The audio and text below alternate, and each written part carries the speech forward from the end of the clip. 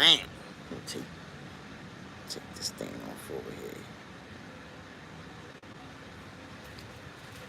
My peoples. My peoples.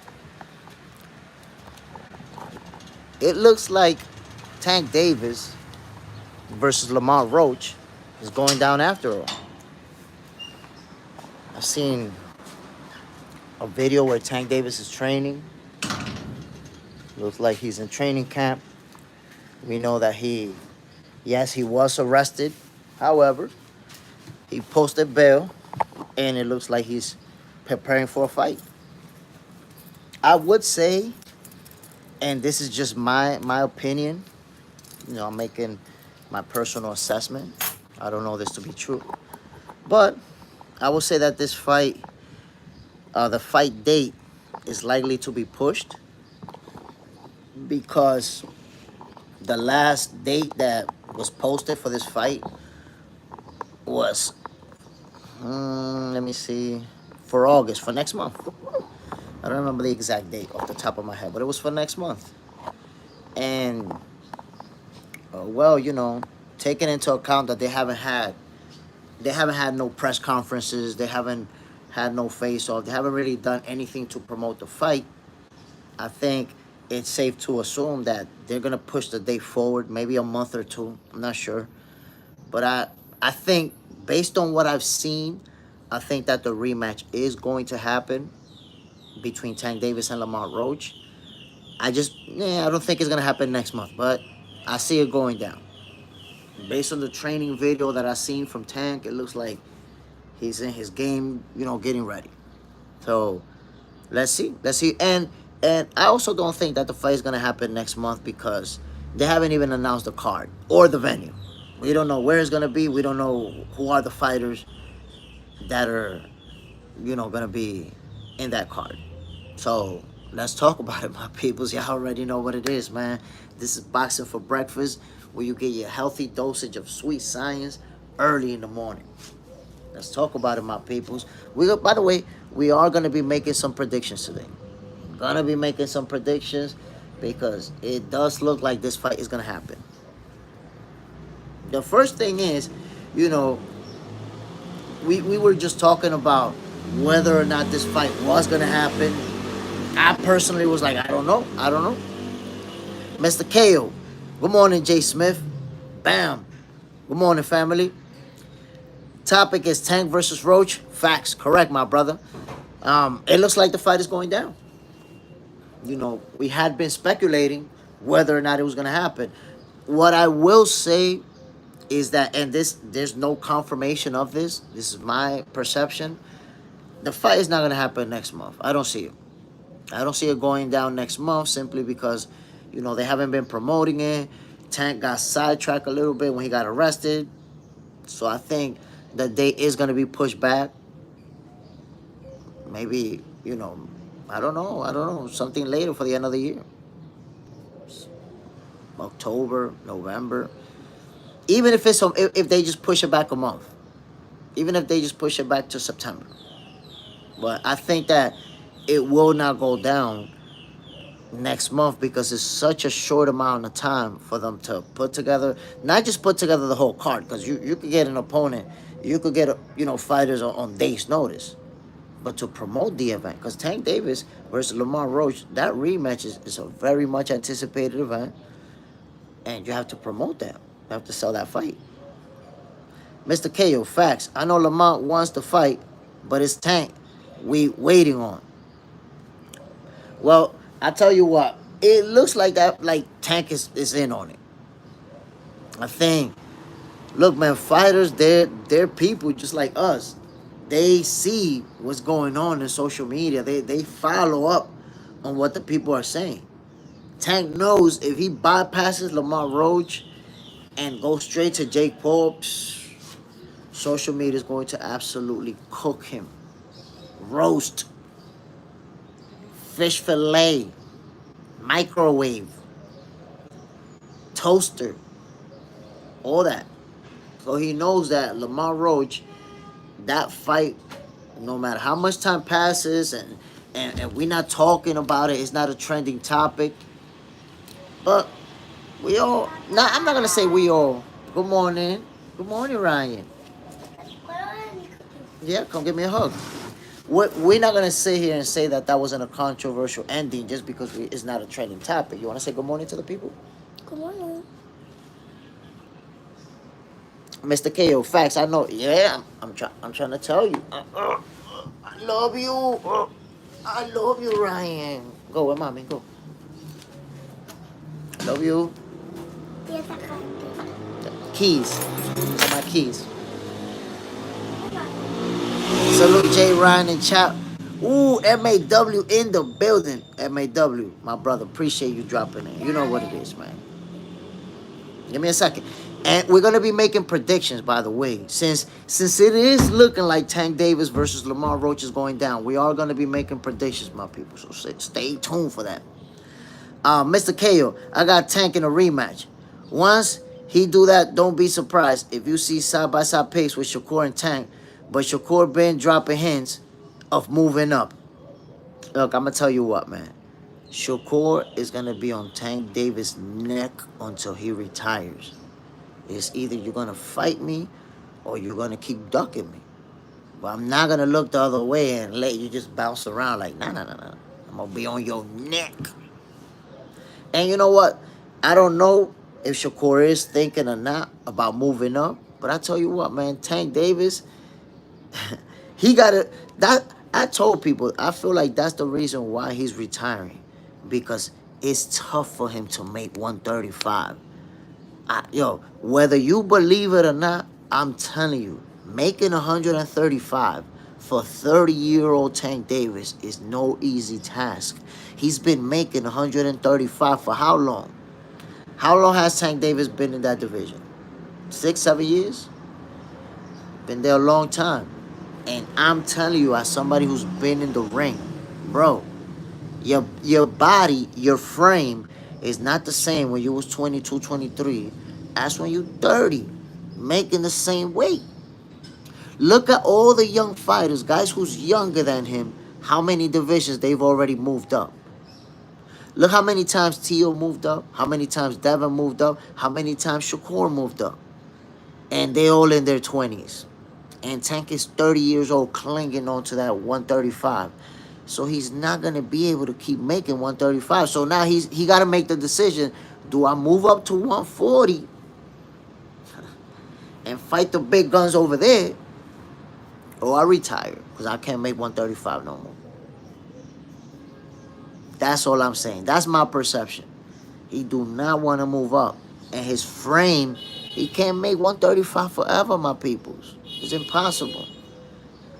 I guarantee you, for Tank Davis to make 135, he probably starving himself like crazy and doing all type of crazy to make that weight. So yeah, he's making it, but it's tough. He's struggling to make it. So I feel like, damn, he decided, you know what? Instead of moving to 140 and risking that undefeated record, I'm out of here. I'm gonna retire. Fuck it. Cling on to this 135 as long as I can, then call it a day. Jamie Giblin, Pac-Man was robbed. I'm going to be honest, Jamie. I felt like Manny Pacquiao edged out the victory, but I don't think it was a robbery because it was very close. There were rounds that I felt like Manny Pacquiao stole it at the end, but maybe not. Maybe to me, he stole it because he landed some good, clean shots. But maybe the judge saw, those first 2.5 minutes and said, nah, that work was better than that last part. Is there a rematch, Jamie Gibbling? I don't know if there's going to be a rematch. Pacquiao said that he's interested in that rematch. But like I said, I don't see it as a robbery because it was such a close fight that I honestly... Look, I was calling it. And when the last bell rang, I said, yo, this fight could have gone either way. Could have gone... Nobody really... We can't say that Pacquiao dominated or that he really took it from Barrios. He did good. He did real good. Better than what most people expected. Courier, Barrios respected Pac-Man too much in the match. Oh, that's facts. That is facts, Courier. Way too much respect. Look, I understand the part of Manny Pacquiao having disruptive speed. So I know there's things that he does that make you hesitant. And he, that little double step and that little jerky, herky jerky stuff. But still, Mario Barrios, he did not let his hands go enough. I felt like he could have done a lot more. In fact, if they fight the rematch, I got Mario Barrios winning it. Because now I think he'll be more confident. Like, okay, he's fast, he's this, but I can handle it. Mr. KO, it's nothing left at 135. Andy Cruz, Moritaya, Schofield, Mason is the young guns moving up. And Tank's still there. That's crazy work, man. Tank Davis clinging onto that 135 division. How many years ago? Think about this. Damn, I don't got my other phone with me. How many years ago, chat? Y'all tell me, how many years ago was it that he fought Mario Barrios? 2001, when he fought Mario Barrios. Jamie Giblin, it's over for Tim Tszyu. Damn, man, he went down bad. Look, I don't want to give up on Timmy. Honestly, I don't. I'm like, maybe I'm on denial. But the reason I don't want to give up on him is because I see that talent. I see how he looks so much like his pops. I think with the right matchup, I still see him becoming a world champion. It's just that, Sebastian Fundora, man, it's a different animal, bro. That's a different beast. Jamie Giblin, Tim Tszyu gave up. I mean, I don't know if he gave up. I'm not going to say he gave up because I don't know what happened. I've seen people saying that he gave up. But I don't know. I think the doctor stepped in and decided to pull the plug. But regardless, he was taking a beating. So if he did give up, I wouldn't have a problem with it. Not at all. John Parham, Manny will win the rematch. I don't know, John. I don't know. Because I felt like Manny gave it his best. At 46 years old, he gave us his best. And he did good. But Barrios did not give us his best. So I feel like when they both give us their best, Barrios is going to get it. Bourne, how about Fundora against Bakram? Murtasaliev. I love that fight. Listen, I want to see Bakram Murtasaliev against any of the big dogs. I want to see him against Jerome Ennis, against Fundora, against Virgil Ortiz. He's a dark horse in the division. He's somebody who may come up and beat one of the champions. He's really good. And he got power. And he's big. He got all the ingredients to be that guy who come not out of nowhere, because some of us already know about him, but the casual fan base has no idea who he is. He'll show up. And y'all gonna see casuals talking about, Murtasaliev can fight. Mr. KO, I think he gave up on himself, whether any of us gives up on him or not. But saying that he gave up on himself, now you're going into his mental state. It's hard to do that, we're going into psychic territory when you say somebody gave up on themselves. We don't really know that. Jamie Giblin, Parker versus Usyk. Usyk. Nobody beats Usyk, my people. There's a few fighters in boxing that ain't nobody beating. Shakur Stevenson, Buck Crawford, Usyk. Ain't nobody beating them. Ain't nobody beating them. It's as simple as that. That's the way it's going down, my people. Real talk. John Parham, I think only because he knocked off ring rust and he was Floyd, but he not getting it. Listen, I don't know if y'all remember, yesterday I mentioned that Floyd Mayweather may actually send him an offer and not let him go through with the rematch, because he already did good. People are already buzzing about, whoa, Manny Pacquiao look good. But if he loses, that's it. He's going to fumble the bag for the Floyd Mayweather fight. Well, yesterday, I don't know if it's real or not, but I saw a post somewhere saying that, and it was like maybe a news article, saying that Floyd already sent Manny Pacquiao an offer to fight him. I don't know how true that is, but I mentioned it in yesterday's live.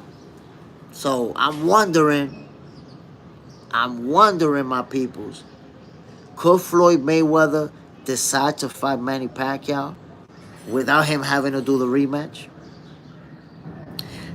You see, the thing about that is, Manny Pacquiao winning the rematch will make him a world champion.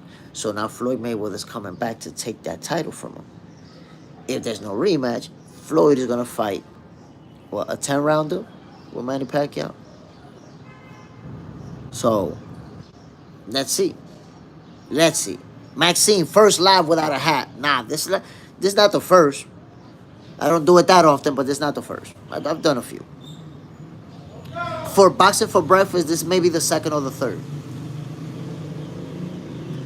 John Parham, I think Parker is his best opponent. I don't know, man. I don't know. You know who I think? You know who I think could be his best opponent? Could be considered for his best opponent? What's the guy's name? The heavyweight from New Zealand, the New Zealander guy. Is it Tara Moana? Is Tara Moana heavyweight, right? Is he?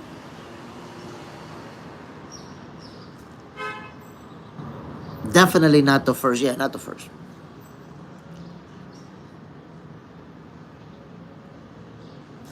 Tara Moana. Yeah, yo, my peoples. Tara Moana.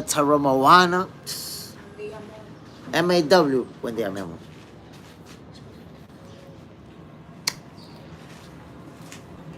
Parker most deserving title shot next, in my humble opinion. Caballero after. So I agree with Parker. I agree 100%. Parker should get the opportunity, get that fight. Hell yeah. Superman. Bam. Salute, my brother.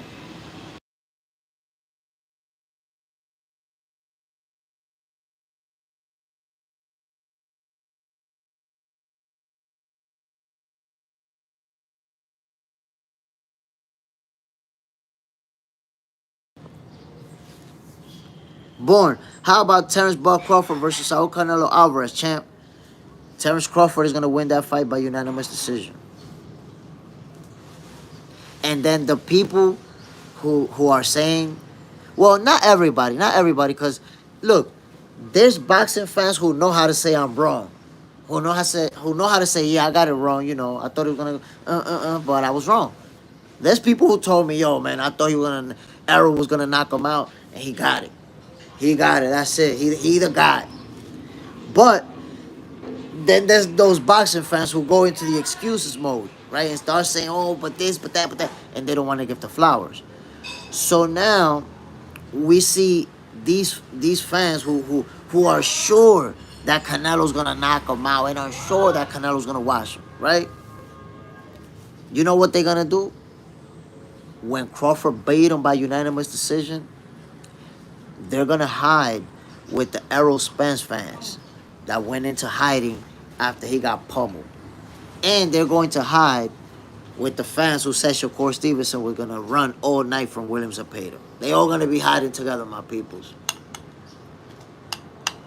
This Boxing for Breakfast, don't mind if I do.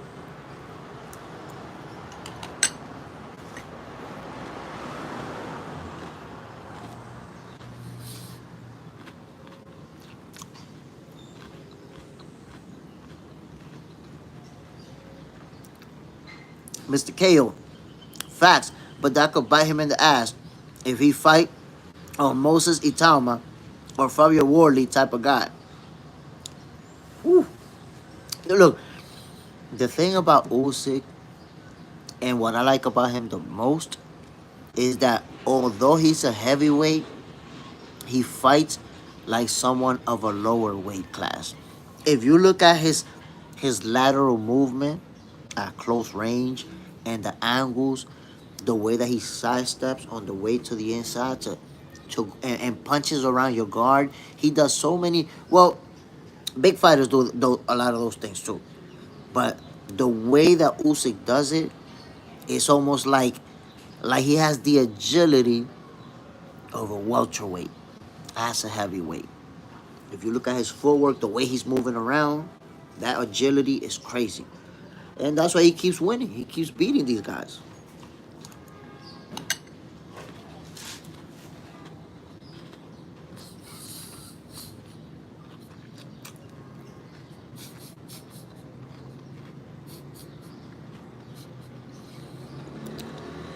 Damn, Fabio Wardley be leaving their head. Done it up. That's crazy. That's crazy power.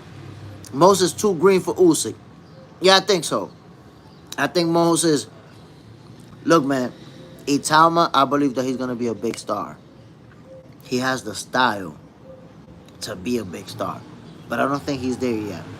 He's still in that development process.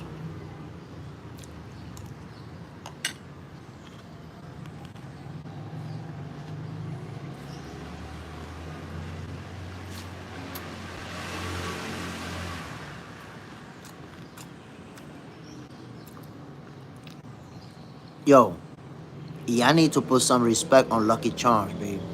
Real talk. John Parham, put some respect on Lucky Charms. Don't play like that.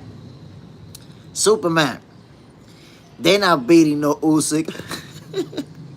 Nah. Look, like I told you, man. Right now, I don't see nobody beating Usyk. Come on, you gotta respect Lucky Charms, baby. Don't play like that. The green and the blue and the red marshmallows. Stop playing with me. Jamie Gibling, Parker beats Usyk. Come on, man. No chance. He could make it competitive. He not outboxing Usyk.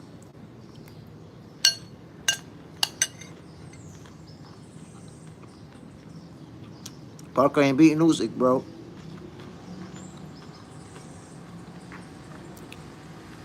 Mr. KO. Know damn well little man gonna put the beats on you if he catch you eating his cereal.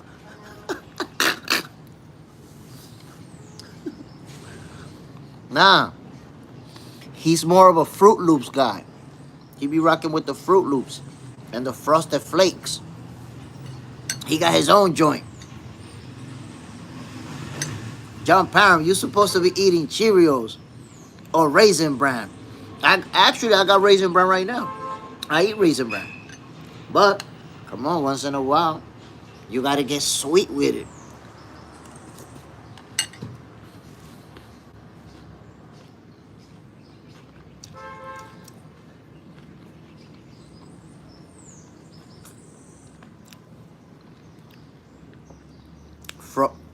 Frosted Flakes is elite. What are we talking about over here? So, look, I think Parker makes it competitive versus Usyk or versus anybody. Because Parker's a good fighter. He'll go fighter. So yes, he's gonna make it a good fight versus Usyk. Does he beat him? Hell no. Yeah. Oh. Does Parker beat Usyk? No, he does not. My peoples, I'm telling you, nobody beats Usyk. John Parham, Fruity Pebbles. Ooh. You know, I don't really fuck with the Fruity Pebbles that much. You know why? Because the flakes are so little that they get soggy in like 37 seconds and 15 microseconds. That shit be soggy. The Frosted Flakes, though, you know, it's nice and crunchy. That's my only knock on Fruity Pebbles.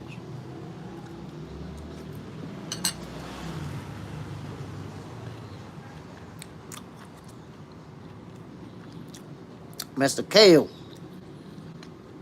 I'm eating home fries, turkey, bacon, and eggs. I hate you. I hate you. That was not necessary for you to do that. And that's harassment, Mr. Kale. You're harassing me right now. That was not necessary. You did not have to bring up that you're eating bacon and eggs and the great breakfast. God damn. Did me wrong.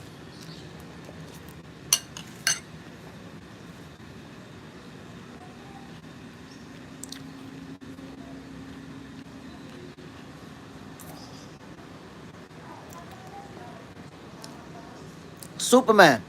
Yo, it's kind of sad. It's not mentioned more. Wasn't Usyk crowned undisputed again? Yes.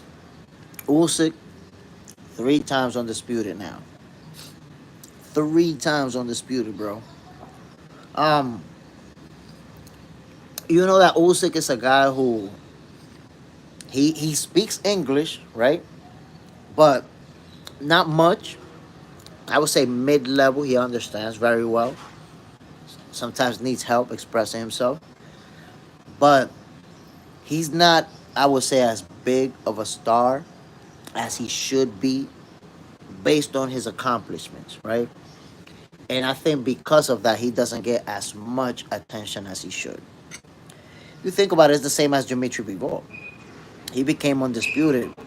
Yeah, we spoke about it, but it wasn't really much of a conversation for a long time.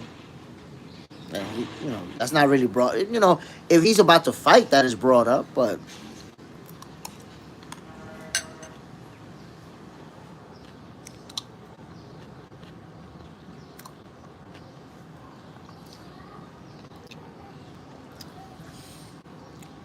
Mr. KO, Usyk beat Dubois not just physically, but beat him mentally. That's what I like about Usyk. He made Daniel look dumb. But I'm going to tell y'all something that was definitely a factor in this ass whooping. Y'all want to explain to me how Daniel Dubois had a party the same day of the fight with 70 people? You explain that to me. How could that even make sense? John Parent, speaking of cereal, Usyk look great. Why the hell did I have to say that in Tony the Tiger voice? I don't know. Jamie Gibley, only two-time heavyweight. It doesn't matter. Damn, you say only? But he was undisputed in the previous division, my brother. Sheep, what can you say Pac-Man versus Barrios? I saw Manny Pacquiao edging out that fight, winning it. But it was close enough to where it could have been a rematch. I mean, to where it could have even been a draw. It could have gone either way. I have Manny Pacquiao edging it out, right? But it's like I said earlier. There was some rounds. Viene llegando. There was some rounds that I felt like he stole them at the end. See. There was some rounds that I felt he stole at the end.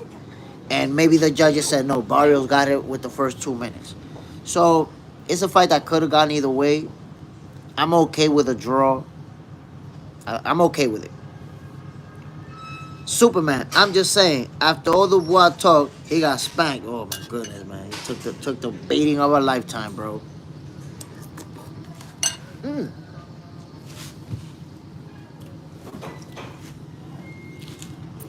Just like Canelo. Canelo's about to take the beating of a lifetime, too. John Parham. Usyk wear 2 different color shoes. So that alone is a red flag to fighting him. Usyk's that guy, man. Usyk's that guy. That's it. He is him.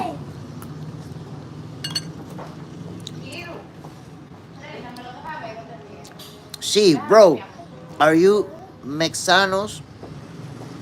I don't know what that means, my brother. I'm Dominican. I don't know what Mexicano means. Or do you mean Mexicano? I'm Dominican, my God. John Parham, translation. Little man said, really, you eating my shit. M-A-W, DDD. Apparently has too many leeches in team. Might need to change to a new team and get rid of bleeders. I'll tell you like this, man. Every time somebody builds something special, there's always going to be leeches. There's always going to be people trying to hang around, trying to get something out of you. Mexicano. Nah, my God. I got a lot of Mexican friends, though. But nah, I'm Dominican. Not enough people talking about Usyk. And I agree with you. Like, look, Usyk, and I've said this before, I've been consistent with it. Usyk is without a doubt the best heavyweight of this era. There's no getting around it. Yo. Angry Mexican. The GOAT, Jay Smith. Good morning. Angry Mexican. Salute, my brother. Oh, yeah.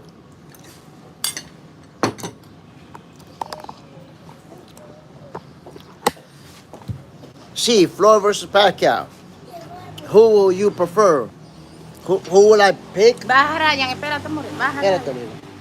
If Floyd Mayweather and Manny Pacquiao fight each other, the fight Espérate, right.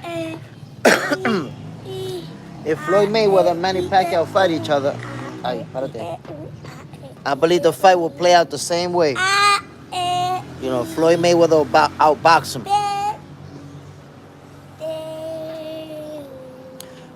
MAW, Usyk my number one pound for pound right now. Well, right now we have to put him at number one. You know, you guys know that I've consistently had Terence Crawford as the number one pound for pound fighter in the world. But that's it. You have to put Usyk on there.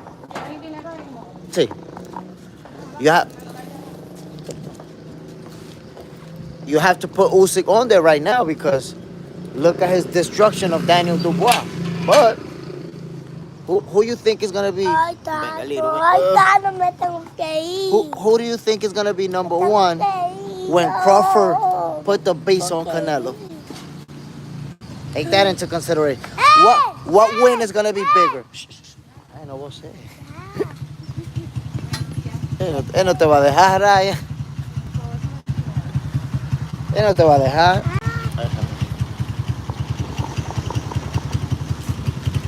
La energía que dijo él. Dame un abrazo. I love you. Toma, amor. Cuando tú puedas, ahorita apaga la luz. Está bien.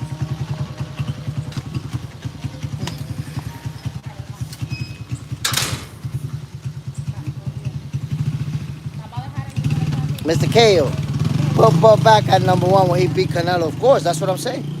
Right now, Usyk has to be put at number one. But Crawford's win over Canelo is gonna be a lot bigger than Usyk's win over Dubois. It's not even close.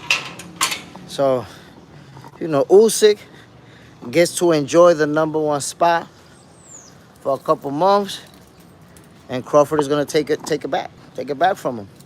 My people's, a lot of y'all ducking that. That like button. God damn. I got 9 likes. Ooh, golly. Y'all mad at me or something today? What I do wrong? People still mad at me over Zepeda getting pummeled? Don't be mad at me. Be mad at Shakur, bro. Shit.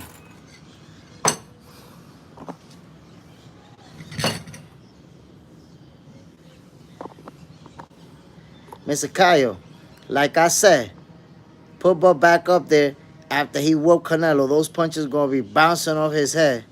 And it's going to be funny because he's not going to get KO. He won't be able to stop it. I'm telling you, man. Crawford going to beat the chalupas out Canelo. MAW, come on, chat. Smash that like button. Please, folks. Bro, I'm saying, you see, half of the chat is ducking the like button. Half? I understand if it's 1 or 2 haters amongst us. But damn, yo, more than half? Nah. This is not right.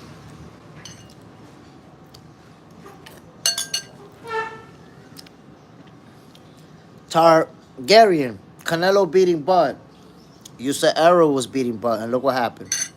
You should have learned from that, my guy. You should have learned from that.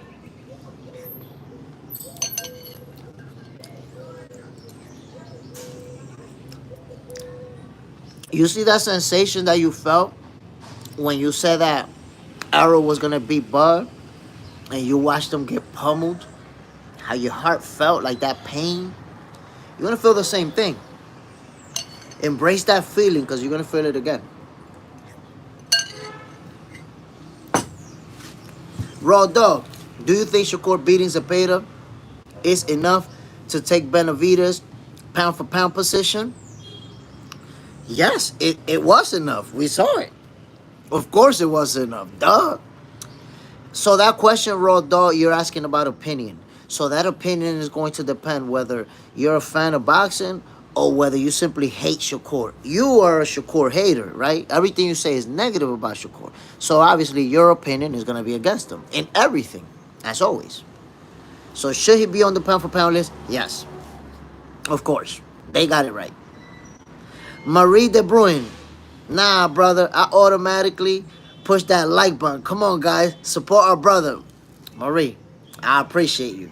I'm saying that's what I'm saying. Yo, are there a few haters amongst us? But I'm just joking around, man. I'm just having a good time. Mr. KO, I wanted Errol to win, but it's the fact that I knew he was too slow.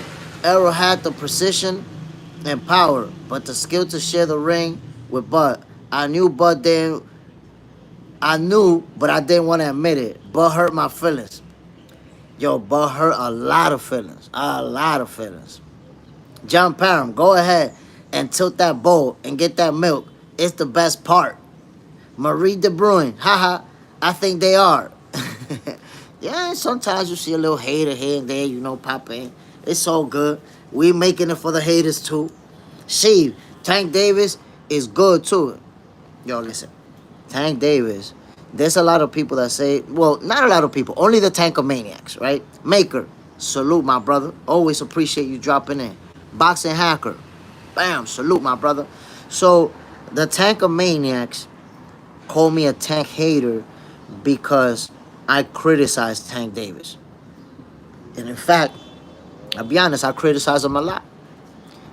But the reason that I criticize Tank Davis is for the same reason that I'm criticizing Jerome Boots Ennis right now. And Jerome Boots Ennis is one of my favorite fighters. But I'm criticizing him wanting 2 tune-ups for the same reason that I criticize Tank. Why?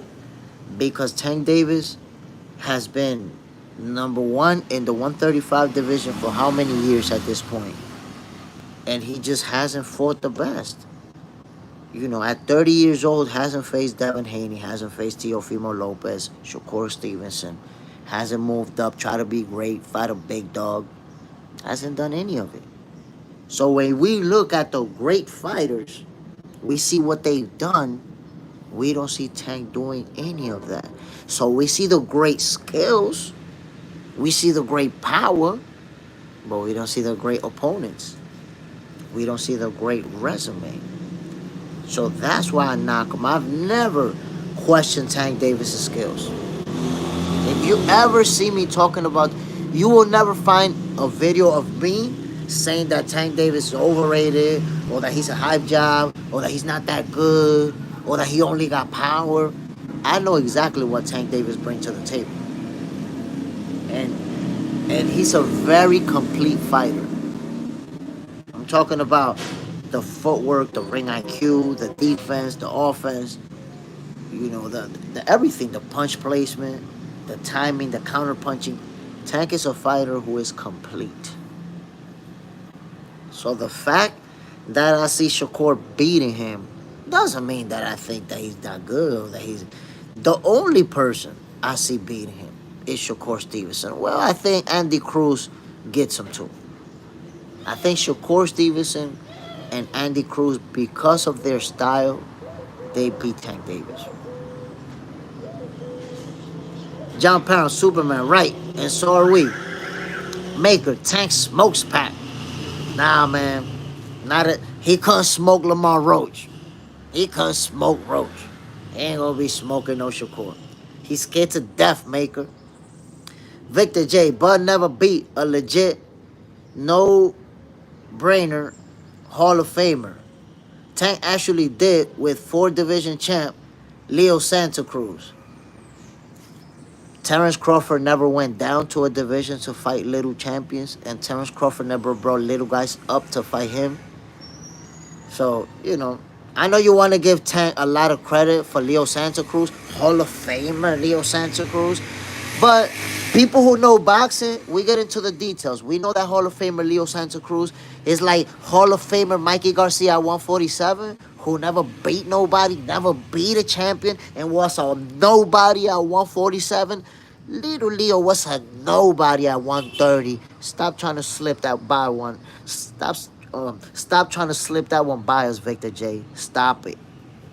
Hall of Famer Leo. Man, shut the hell up. My man's went down to the 130 division to beat a guy that was moving up from an even lower division. Stop it, Victor J. You're not fooling nobody. Raw dog. Shakur skill, but Benavidez is a monster. Shakur is the least hit fighter in boxing. What do you say? The biggest hit and not get hit ratio is Shakur Stevenson. Don't you understand that was Floyd Mayweather in his era? What are we talking about? Shakur skill, but Benavidez is a monster. They in two divisions. We can't compare them. But you really want to compare skills? Don't do it to yourself. Superman, John Fax, Brody, you know it's everywhere. Victor J, how bad is Bud resume? Bud got a great resume. If Crawford retired right now, he's going to the Hall of Fame. Right now, if he don't fight Canelo and retire right now, he's going to the Hall of Fame. What do you mean, how bad is Bud resume? Crawford got one of the best resumes in boxing right now. It's only people who don't know shit about boxing who think that by diminishing opponents, you make his resume less better. No matter how bad you want to say that opponent wasn't good, this opponent wasn't good, this opponent wasn't good. Terence Crawford is the the first fighter in history to become 2 times undisputed champion. He's a 4-division champion, a unified champion, a reigning champion, undefeated. And you asking me about his resume? Man, go argue that shit with casual fans who don't know shit about boxing like yourself, Victor J. Not with me. One of the most decorated fighters in boxing, and you talking about how bad is his resume. Stop it, Victor J. Don't do it to yourself. Don't do it to yourself, family. The only way that you could make Crawford's resume bad is with your opinion. But guess what? You don't know shit about boxing, so your opinion is irrelevant. Your opinion doesn't mean shit. Albert Oliver, we're not surprised. Did you see the De Los Santos fight? Well, Albert Oliver, the thing about the De Los Santos fight is that how long can you really bring it up? You know. Like, how long can people really bring it up? It's like the Gamboa fight. The Gamboa fight was 10 years ago. And these goofballs are still bringing it up. And the funny thing about the Gamboa fight, I know y'all got to remember this. People used to say, and I'm pretty sure Victor J was one of them. People used to say, well, imagine if little Gamboa hurt Crawford, what Errol Spencer's going to do to him. Oh, my God, Errol Spencer's going to kill him. And look what happened to Errol. Got pummeled, battered. Dre, Swiss, and Apple beats. So what happened with your theory about little Gamboa did it to him?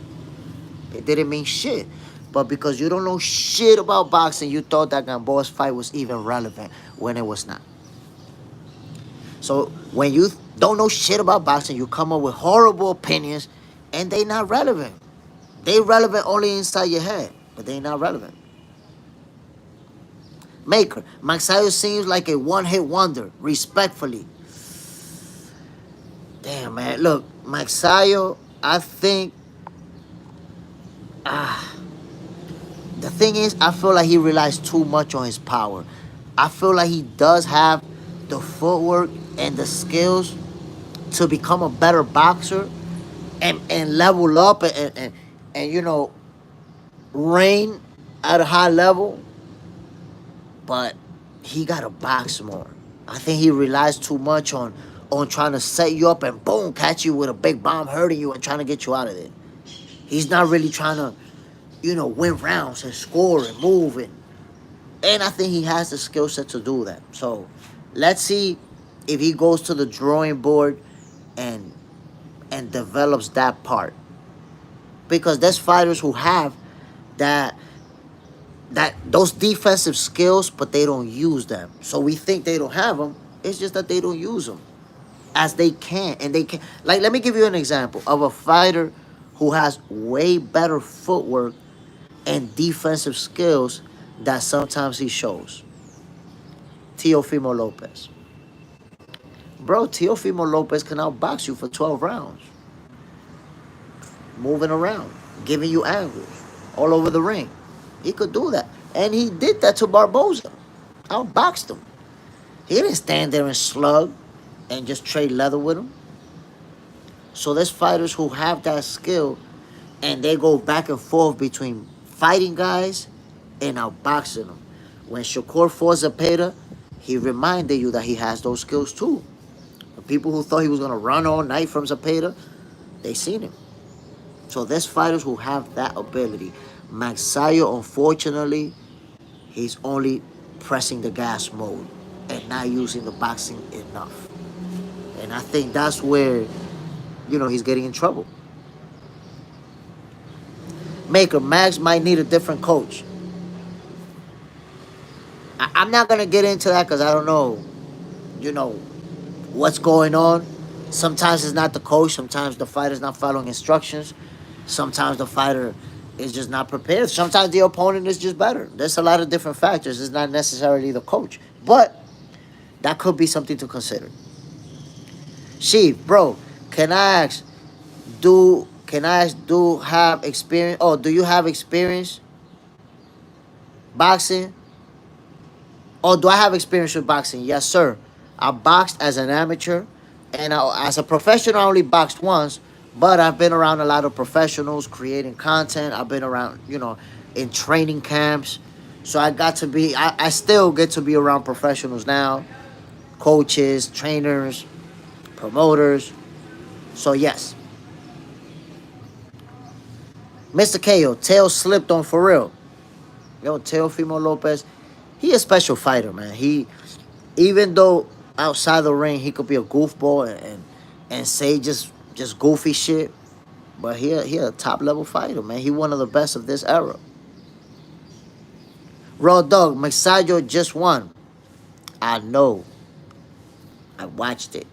But my point is that Magsayo, with his style, when he runs into certain type of fighters, if he's not more willing to box them, he's gonna lose. He's gonna lose, bro. He's not gonna beat the best guys, just going forward. It could happen because he got power. But like I said, he relies too much on his power. JJ Zendejas. That's my opinion, of course. Good morning, Jay Smith. I'm here. Everyone, hit the like button. Let's go. Damn, man. Get me to 20 likes, my peoples. Get me to 20 likes. 20. Ben Sanders. All of the above. Victor J. Bub. Poor performance against Madrimov. I can't even keep reading that, Victor J. That was not a poor performance. He moved up to a new division and beat a reigning champion. You just don't know shit about boxing. Ben Sanders. Tail messed up the bag. Oh, my God. He fumbled it. Fumbled it. But it's hard for me to say that he messed up the bag until I see what he's going to do next. And Victor J, tell me about Canelo's horrible performance against somebody like Bivol. How about Canelo's horrible performance against Bivol? What do you have to say about that? Or Canelo's horrible performance against Lara? What do you have to say about that? Do you think that's going to be relevant? Like, you see, that's the thing, Victor J. When you don't know nothing about boxing and you just watch it on TV, you think you're coming up with good logic, and it's horrible. It's horrible. Maker, who wins? Magsayo, Gary Russell Jr. rematch.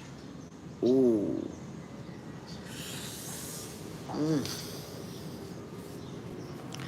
Look, man, Gary Russell Jr. has been inactive a lot. I mean, he just came back right now, so we can say that could be a tune-up.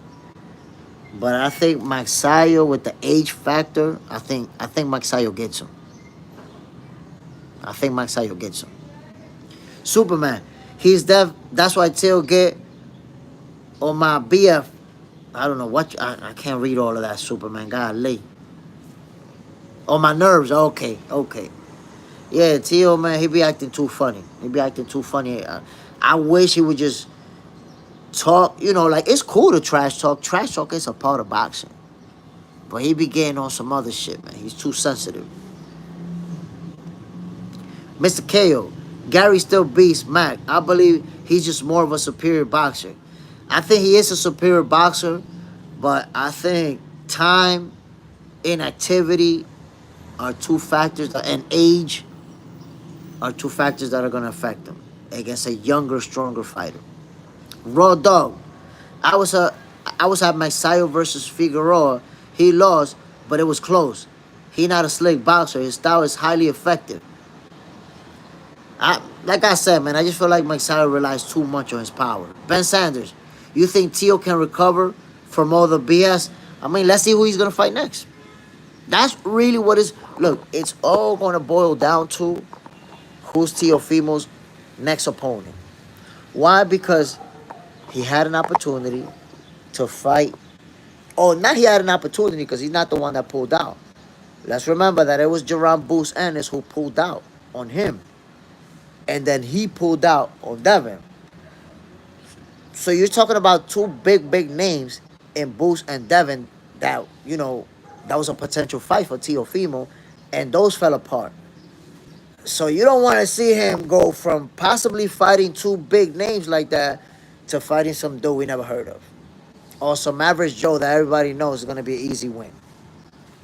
Let's see. I hope that Teofimo Lopez is able to get a good fight, a big fight. Now, Subriel Matias is a great option. I know that people felt like Teofimo ducked him. I didn't feel like it. I didn't feel like it was a duck move. But now that Subriel Matias is a world champion, that's a great fight. That's a great fight. Because now you get to unify title. But since he was thinking about fighting Boots at 147, is Teofimo Lopez going to be willing to fight again at 140? That's the thing. We don't know what's next for Teofimo. Maker, I thought Matias lost his last joint versus Puello. I thought he lost that fight too. I thought Puello got him, but that's the way the cookie crumbles sometimes.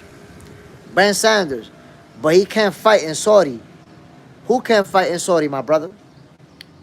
Oh, Teofimo, you mean? Because of the little back and forth with Turkey? I mean, it is what it is. There's still a lot of big fights that can be made. I know. I figured you meant Teo. There's still a lot of big fights that can be made. And I tell you what, the Saudis, they're about making the big fight. They're about the big money. I promise you, if they could get involved in a fight, let's say with Teofimo Lopez and Tank Davis, they'll be in on it. Quick. So, it just depends on how things play out. And, of course, Teo got to keep winning. Got to keep doing his thing. But if you look at Teofimo's resume, my people's Teofimo is one of the young fighters with the best resumes. Right now, look at this. For the Tankomaniacs, like Victor J. Listen to this for Victor J and the Tankomaniacs. When you look at Tank Davis' resume, Teofimo got a better resume. Shakur Stevenson got a better resume. Devin Haney got a better resume. Of course, Lomachenko got a better resume.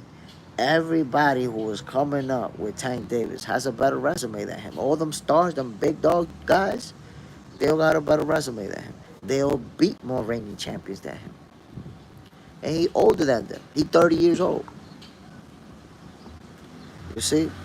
So, when Victor J and the other Tankomaniacs want to hate on these fighters, they never talk about the fact that Tank Davis clinging on to the 135 division ain't beat a single reigning champion. Victor J, how come you don't tell me how bad is Tank Davis' resume at 30 years old? My man ain't beat a single reigning champion in his own division. Yeah, Victor J, tell me. You asking about Crawford resume. Tell me about Tank Davis' resume. How good is that? You talking about the Crawford ain't beat legit Hall of Famers. Tank beat Little Leo. Maker, not gonna lie. The Saudis make good matchups, but the crowd environment is boring as heck. You know what? I'm gonna tell you something interesting about that, Maker. You see that crowd environment where everybody's quiet? Where it's actually even more quiet in Japan. In Japan, it's really, really quiet. I actually like it. I actually like it. You know why? Not just because it's something different, but because when you watch those fight, the punches sound different. You hear poof, poof. You hear that glove when they get hit in the head, when they hit the body, when they block. The sound of the action, even when they step forward, when they step back, the movement, the sound in the ring, the mic picks up on everything. And I enjoy that too. So it's cool to watch a fight where the crowd is going crazy and that's all you hear. But I like watching those matches. I actually enjoy it. MAW, 140 WBO versus 147 WBO brand number was more realistic than Tio versus then IBF WBA Boots. Boots didn't know Tio, and Tio had no leverage. Then Boot had Boot at 154 now.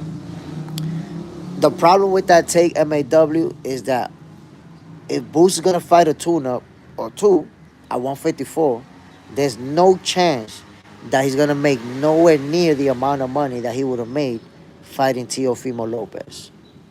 So this is what I want you to consider, MAW. Right now, Jerome Boots Ennis has 34 professional fights. If you've been here long enough, you know that he's one of my guys. You know that I follow, that's one of my favorite fighters. But I keep the same energy with everybody.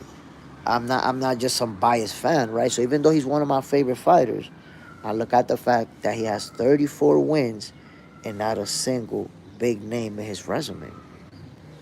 I take that into consideration. So while you're saying Teofimo doesn't owe him anything, I'm like, he is the one that owe himself fighting a big name, and Teofimo gives him exactly that. It's not about a fighter owing you anything. It's about the fans pressuring you to fight somebody. Because every time Boots come up, that's the question, who he beat. And Boots, he beat some good fighters. Don't get it twisted. He beat some good fighters. But he hasn't beaten any big names. He hasn't beaten any big stars. He hasn't beaten anybody that's going to wow people into saying, whoa. I'm convinced that Boots is special and that Boots is an elite level fighter. I'm convinced, me. But to some people, for them to be convinced, there has to be a win to show them that, yeah, you for real. And Boots doesn't have that. Teofimo Lopez could have gave him that. So MAW, Boots had a lot to gain in that fight, and he had a lot to lose. JJ's in there. Teo called Turkey a dictator after they tried to give him less money to fight Haney when they told him they were going to give him more money in the beginning. And it looks like they tried to pull that move on Shakur too. And then they were able to iron things out. But, yeah, they told Teofimo Lopez, yo, look, when you fight in Times Square, and then we're going to give you this much. He won his fight in Times Square, and they wanted to give him, I think he said, like, less than half or some shit like that. And you're like, nah, I'm not having it. I'm not going to let y'all do me like this. Christopher, what you think about Moses Itama? Very, very talented fighter. He's in that development process. I was saying earlier, I don't think they should throw him against the big dogs right now, right away. I think they're doing a great job with his development. But he's going to be a world champion. I see him becoming a world champion and dominating in the division for a long time. I really see that, or being, one of the main guys. Ivan Curry, Canelo is going to spank Crawford. He's going to teach him a lesson. Canelo ain't no Errol Spence. Real talk. He's going to teach him a lesson like he taught Bivol a lesson. Like he taught Floyd Mayweather a lesson. You're going to be disappointed. I'm trying to tell you, my guy. Ben Sanders. I'm a Tank fan. And I feel as though they ain't scared of any opponent. It's all about money and timing. Ben Sanders, I'm going to tell you why that's not facts, what you're saying. As a Tank fan, you kind of will find a way to make it a more positive point of view. You want to see it in a positive way. But I'm going to show you Ben Sanders that's not as correct. If it was about money, Tank will make a lot more money with Shakur, with Teo, and with Devin than he has ever made versus any of the opponents that he has faced except Ryan Garcia, which was his biggest payday. You think Tank Davis is going to make more money fighting Lamont Roach, a guy that he's bringing from the 130 division, than what he will make fighting Shakur Stevenson? So, no, it's not just about the money. Right there, I'm knocking that off because he's not fighting the guys that he'll make the most money with. So, I'm taking that one out of there, right? What you just brought up. And now I'm going to take the second one. You said it's about timing. I'm going to show you it's not about timing. When Lomachenko pulled out of the fight with Shakur Stevenson, with Tank Davis didn't have an opponent. Shakur didn't have an opponent.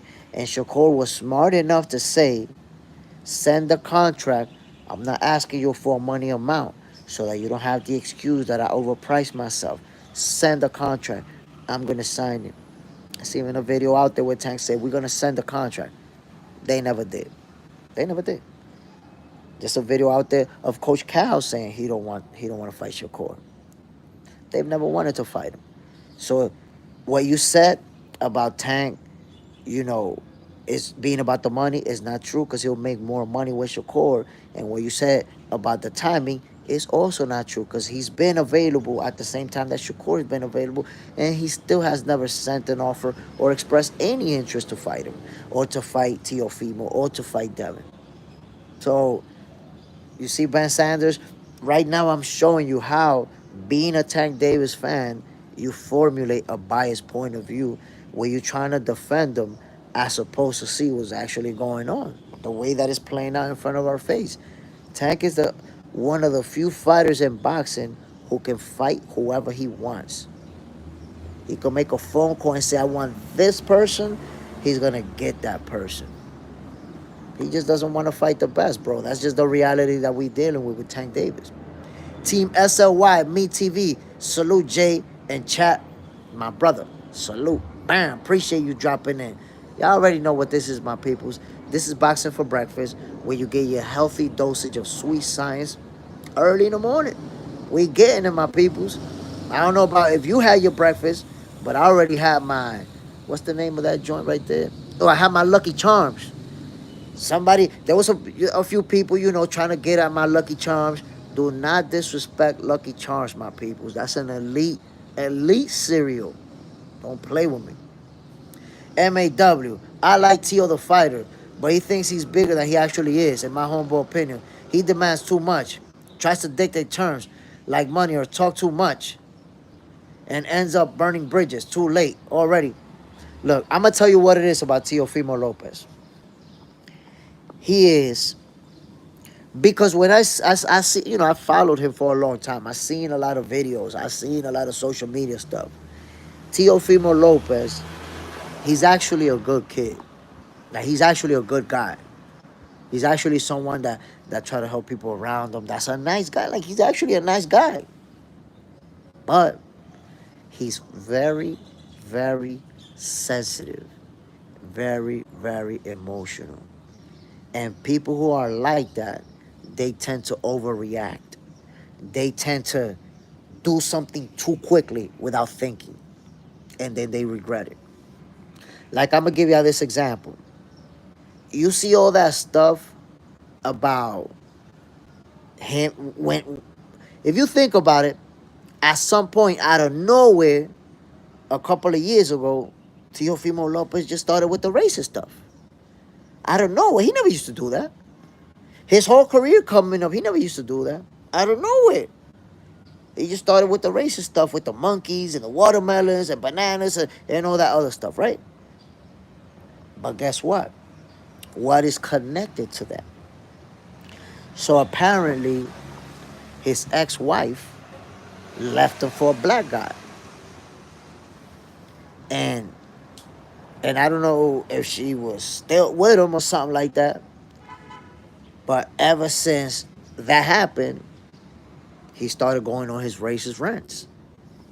Why? Because that's probably what he was saying to her with his hurt feelings. Oh, you're gonna go with that watermelon this and that whatever that. And then he started expressing those emotions on social media too. So, is he a racist? Sometimes I thought that he was. Sometimes I thought that he wasn't. Sometimes I thought that he was just trying to get clout. Sometimes I don't know. I have seen people say that he's not, that he really does it for clout. But sometimes he convinces you. JJ said that has 5:15 in the morning in California right now, making breakfast. Ooh, enjoy your breakfast, my G. This is what breakfast is all about. What y'all having for breakfast, my people? Some of y'all probably hungry as hell. Ain't even had no breakfast. You better have some breakfast. Raw dog, Tio a little crazy in the head, like his pops. It's too emotional, man. Way too emotional. Mr. KO almost made Bud put the beats on him. Some stupid shit came out his mouth. Yo, you don't remember? Crawford ran up on him and was like, "What's good with you?" And he had no choice but to tell Crawford, "Nah, I was just playing." And then Crawford put that's why I like Bud, man. He a real, that's a real G right there. He didn't just let Tio get away with it. He pulled out the phone and told the phone, "Yo, tell him what you said. What you said? What's up? What you said?" Nah, nah. I said I was just playing, y'all. I was just playing, trying to sell the fight. Had him looking like a goofball, scared as hell, shook. So that's the thing, man. But you mess with him when he see you in person, he gonna pull up and apply that pressure on you.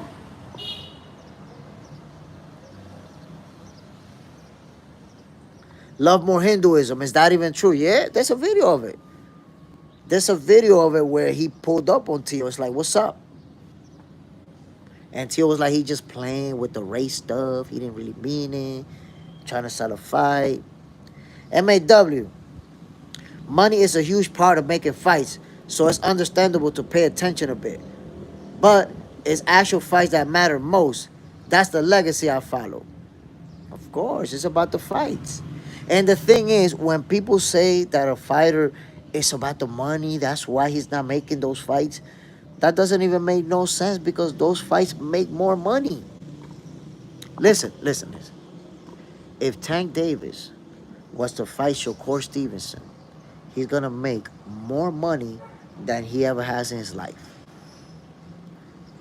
Maybe, maybe the Ryan Garcia fight may have made more money. Maybe. But he's gonna make a shitload of money. So don't tell me he's not fighting somebody because it's about the money. He could make more money fighting these guys. Team SLY, Me TV. I got B-Roll #2 on my pound for pound. That's fair enough. I would not put B-Roll ahead of Inoue. And I also wouldn't put him ahead of Crawford. I got B-Roll at number 4. I will put him at number 4. I wouldn't put him higher than number 4. John Parham, Tio not racist in my opinion. I'm telling you, man, I don't know sometimes. Sometimes I think he is, sometimes I think he isn't. Champ, Bud wins the early rounds, then Canelo catches him round 9. Man, I don't know how you came up with that assessment, but it's not going to happen. No chance. I don't see no chance of that happening. The taller guy with the longer range and the better footwork, Canelo ain't catching him. You see how he caught Williams' skull? Mr. KO. But nah, I don't think he is. JJ's in their house. Tio is training and staying ready at a moment's notice. I mean, he said something as big as coming. He posted a picture with him wearing a hat with a PBC logo. So I don't know if he's going to sign with the PBC. Gary Antoine Russell will be a great fight for Teofimo Lopez. Ben Sanders, but Tio going to make problems in the streets with them rants. Of course. I mean, the thing is, man, that he's the type of person that he does all them rants, and then in the streets in real life, he a different person. So he the one that you see in the streets and will try to defuse the situation. And he's been able to defuse it most of the times. The time that his pops got lumped up by Keyshawn Davis, it's because of that. They be talking all that shit. They ran up into each other, the two groups, and Pop dudes got lumped up trying to talk that shit. JJ's in the house. I'm having eggs. Ooh, and lenguica eggs and lenguica Portuguese at breakfast. I don't know what is lenguica Portuguese, but enjoy it, my brother. It sounds good. It sounds tasty. Mr. KO, nah, Tio Pop's crazier. But we will see where it gets it from. I don't know who crazier though. Mama Mama Holyfield, Bill the Ex Pimp Haney, or Teofimo Pops. Man, listen. Nah, look. I think Teofimo Pops a little bit off the charts in the head. Bill Haney, nah. Bill Haney, he a very, very smart dude. And he just does it. Everything you see is all about promotion. It's all about promoting his son. Very smart guy. And and Floyd Scorfield's pops, he's the same. Very smart guy promoting his son. He just got a big mouth. He's like he's like a guy who's very smart but doesn't know how to not be hood. He doesn't know how to not be. So it's like he be acting all hood and just saying outlandish shit just like Bill. But I don't know. I think that both of them are very smart guys. And if you think about it, man, Bill and Schofield, they've both turned their sons into stars. They've both experienced not the same level of success, obviously. Haney is further along in his career, but I don't knock him, And even Teofimo's pops, I don't knock. Now, I will say, father-son duels, the dynamics need to change. Fathers, a lot of these fathers need to stop acting like they trainers. They not. You're not a trainer. You guys only got that far because your son is that talented. But you're not that talented as a trainer. So the best thing to do, get your son up to a certain level, and then from there, let the pros take over. Manager, be the manager. Be the water guy, give him the water. But that's the thing. Parents, they have a son who they take to the gym and they help develop. And because of that, they start to think, I'm a great trainer. Look what I did. And they don't see that a lot of what they're seeing is because of the natural talent of your son, not because you're a great trainer. And they have a hard time accepting that. Look at Oscar De La Hoya. Oscar De La Hoya fired his own father. Fired his own father.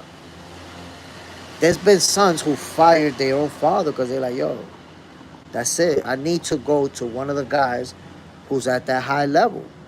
And you ain't it, Pops. My bad. Gotta let you go. Mr. KO, Shakur poisoned my son. Oh my God, yo. That was just goofy as hell, man. That was just goofy as hell. That was goofy and sassy. Superman, I don't like Bill Fraud Haney for him going overboard like calling Tank a monkey. Yeah, I didn't like that either, man. I didn't like that either. I didn't like that either at all. I don't like, and it's not, look, I'm going to put it to you like this. It's not just the monkey, because obviously Bill is black, and, if we look at the context, obviously he's not being racist. A black guy calling another black guy a monkey is not racist. But still, the name calling, I don't like it, no matter who it's from, and no matter what animal. I don't like it. I think it's too disrespectful.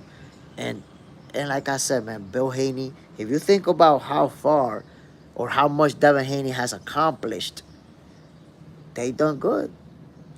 Boxing has been good to them. And they done very good financially. So at this point, I feel like Bill needs to be a professional. You could be a professional. You don't need to be out there calling niggas monkeys and shit. What kind of shit is that? So I didn't like that at all. That's just my take. Mr. KO, Floyd's father went with Oscar to fight against him at one point. I mean, there was this dynamic between Floyd and his pops. They had a lot of problems with each other. The thing is that Floyd is, how can I say it, man? Floyd developed a certain personality. I'm the boss, and everybody around me is gonna kiss my ass, and everybody around me does as I say. Jump when I say jump, blink when I say blink.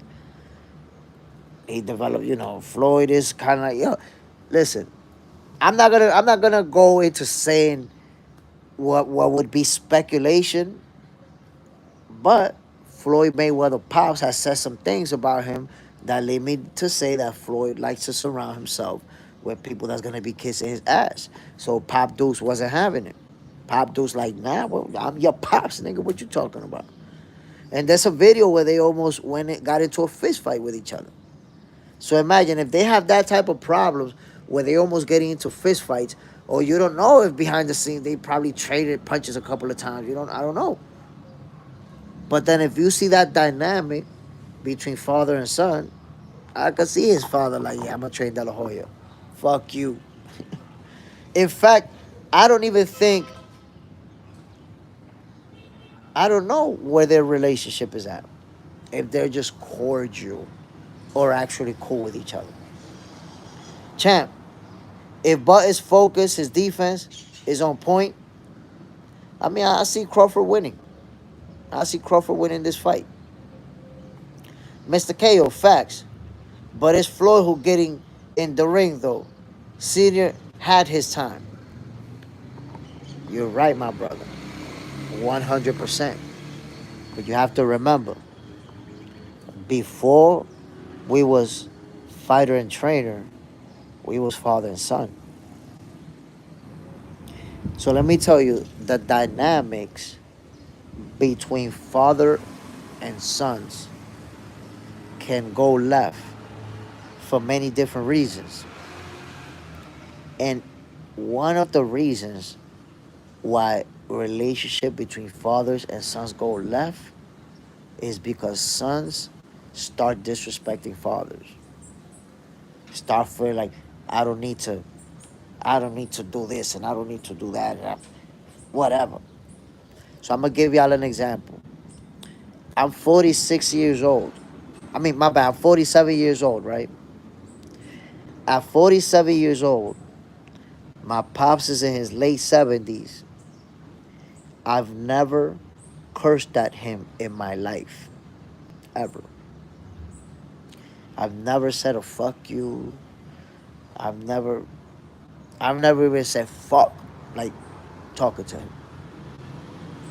Because there's a certain level of respect that I got for my pops. So it depends. Superman, Floyd, a narcissist, rich, spoiled brat. He has his own personality. So because of his personality, he just couldn't get along with his pops. That's why I could see why his pops will want to go with Floyd, with Oscar De La Hoya against him. So relationship dynamics. Look at this motherfucker. I just seen the crackhead, my peoples. Remember the crackhead from the other day that be going around here stealing shit? See if I film his crackhead ass. But yeah, my people, the dynamics between father and son, it could be interesting. The way that things are gonna play out, based off if you actually were a father or if you were not. Because that's the thing. If a son and a father didn't grow up together, if a son didn't grow up with his father, you can't really expect them to have that same type of respect because they didn't grow up with him. So you never know. They could get back together and have a relationship. Maybe not. But if a father raised a son from zero, right? From zero, from the day you was born, take you to school every day, feed you every day, take you to the hospital, go broke, buying you everything, making sure you got everything, starved to give it all to you. And then one day you say, F you, I don't need you, I don't care. That father's gonna be broken, bro. because he built you from zero, sacrificed his own life to make sure you got it all. And then you're going to do that? It's going to be crazy work. It's going to be crazy work. Mr. KO better not make Jay Smith turn back the clock. Watch him, Jay. Whoa. Mr. KO, they reunite though, which was good. Floyd loved his dad. I'm glad, bro. I'm glad. Because I know they have been for a while that, they was having a situation, but I'm glad. John Pound, respectfully, we all said fuck our past, but just not to his face. I mean, we could have had a little temper tantrum and all that. But still, man, at the end of the day, I say father-son relationship is important. That's my opinion. It shapes the way people see things, the way people act, the way people behave. And I'm going to tell you like this, and this is from my personal experience as somebody who's an analyst, as somebody who's very observant. I noticed the difference between, and I want you to think about it, the people that you know. Think about the people that you yourself know, right? Think about the way that people, and it's not everybody, because it's hard to generalize. But think about the way that often you see men who only grew up around women and men who grew up with both parents, how you see some of the differences. And I'll give you an example of some of the differences that I see. If you grew up without a father, right? But not without a father, because you could grow up with a stepfather, right? I'm saying if you grew up with just your moms or with just your grandmother or with women. Watch this. From when I was like 12 years old, 13 years old, I noticed that me and the kids who was with our pops and with our moms, we were the more laid back kids. We were the more relaxed kids. And then the kid that was only with his grandmother, and the kid that was only with his grandfather, and the kid that was only with the aunt and the aunts, that was the kid who, as soon as you said something funny, what's up, you want to fight? You want to fight? What's up? What's up, you want to fight? I'll beat your ass. Like, yo, what the fuck, bro? Relax. I don't want to fight, bro. Chill. So, what I noticed, even as I was a little kid, that the kids who only had one female or females around them, they were the ones that were usually most defensive or more ready to fight or more, what's up? What's up? What you said? What you said? You looking at me funny? It's like, what the fuck? What happened? Why you so mad? And it's because of that. You don't realize the impact of not having a man, a father figure with you. You're different mentally. Why? Because as a 12-year-old kid, you got your pops that protects you. If you get in trouble, you got your pops. You feel protected. You feel safe. So that's it. You don't need to be tough. You don't need to, because your father's gonna protect you. But if you just got your auntie, if you just got your grandma, now you don't have that protected. You feel like you need to be safe. You feel like you need to be tough. And you feel like you gotta be, like, think about that. Yo, at 12 years old, I used to be thinking these thoughts.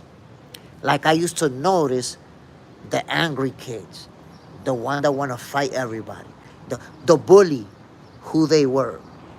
And most of the time, it was the kid that was alone with moms and alone with grandma. Why? It had to be tough. They had to be tough. Brandon, what's Coach yapping about? Just, what it is, growing up. What it is to be growing up and how you're affected if you don't have a relationship with your pops. If you don't have a relationship with your pops, and that's not for everybody, because I said it's hard to generalize. But if you don't have a relationship with your pops growing up, you tend to be more aggressive and more willing to fight and more willing to be. Brandon, yo, Coach, what stance should Crawford use against Canelo? That's a great question. That's a great question. I'm gonna tell you right now, we're gonna see Crawford orthodox and southpaw throughout the fight. I've been thinking that maybe he's not gonna come off as a southpaw, just because Canelo has a very good lead right hand, and because of that, I'm not sure if he's gonna come out, orthodox, find, that timing, that distance, and then go southpaw where he feel comfortable. But maybe he might come out right away. Boom. Never know. But I think we will see both of them. We will see both stances. Mr. KO, he gonna show why he great. Of course. Of course. Terence Crawford. Listen, some of us already know that he's great. Right? We already know this. But then there's the folks who want to hate, want to say who he beat, want to say he's not that good. When he beats Canelo, they're still gonna try to find some type of excuses. But how can you not say he's great at that point? Think about it. If all this time you've been saying that Canelo is going to beat Crawford and that Canelo's going to knock him out, all this time, what are you going to say when Crawford beat him? You know what they're going to do when Crawford beat him? They're going to do like Raw Dog and all these other people who, when Crawford knocked out Errol, they went into hiding for like a month. And they came back out of hiding talking about the accident and Errol's eye. And Errol was smoking a blunt. I don't want to hear that shit, man. Come on now. You just said Errol was going to knock him out. Now you want to talk about Errol was smoking a blunt. Come on, man. Come on, my people. Let's be for real. Let's be for real. That's all I'm saying. We know how you felt.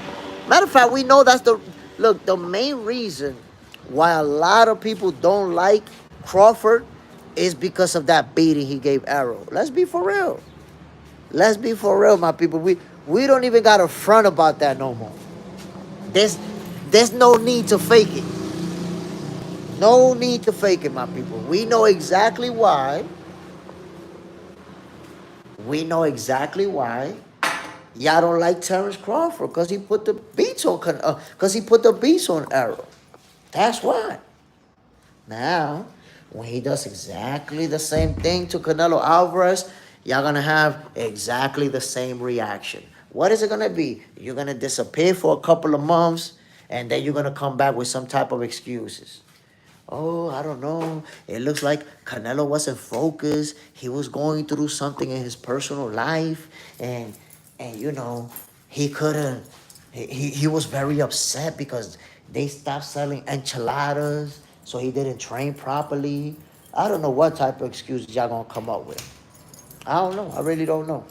Try to figure it out. Hell Energy. Do you think Crawford would have beat Floyd? If both of them are in their prime, I say it's a 50-50 fight. Both of them in their prime, it's a 50-50 fight. But in fact, I'm actually giving the edge to Terence Crawford in that fight. Why am I giving the edge to Crawford? Because he has longer reach than Floyd Mayweather, and he's a much harder puncher. Like, look, think about this, my peoples. Floyd Mayweather fought Manny Pacquiao when he was 38 years old. 38 years old when he fought Manny Pacquiao. And now, Terence Crawford is fighting Canelo Alvarez when he's 37 years old. He's only 1 year older than what Floyd Mayweather was when he fought Pac-Man. So, how about, I ask you, who's facing the tougher opponent? 38-year-old Floyd when he fought 36-year-old Pac-Man?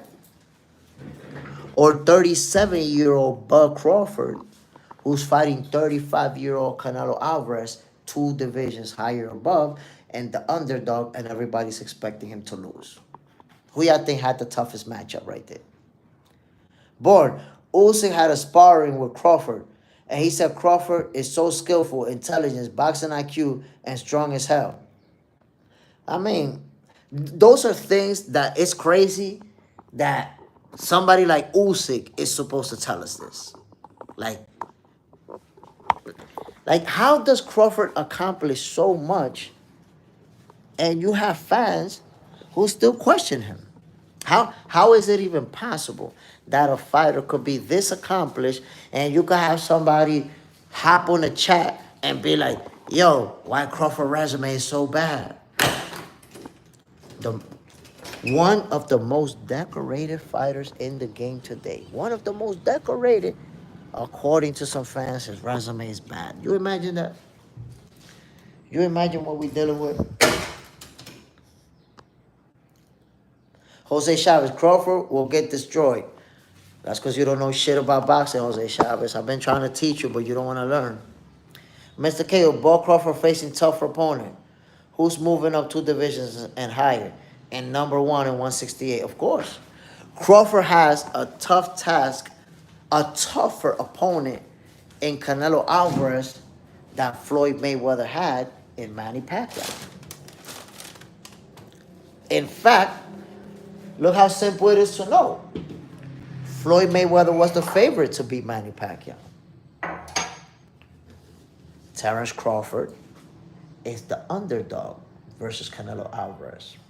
That right there tells you the difference.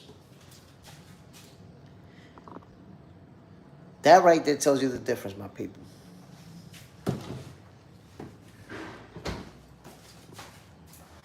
Jose spent like a week saying that Shakur was going to run all night from Zepeda. And when the fight happened, that man disappeared for like 3 days.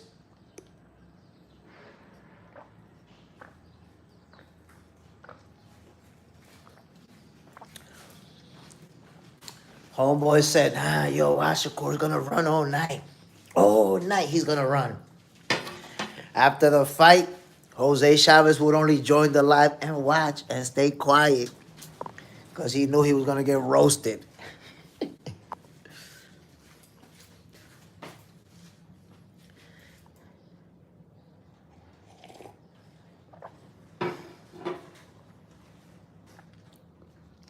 Jose Chavez, if Crawford runs, he'll embarrass Omaha.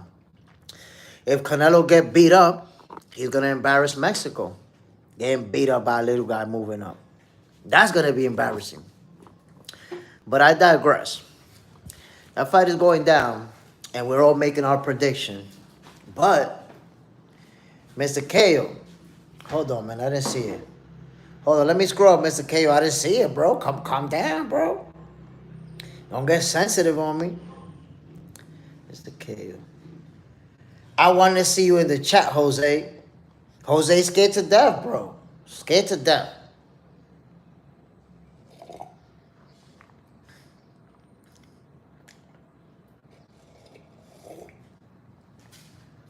JJ's in there. Has Manny had a torn shoulder? And never bitch about it. Hold on, JJ.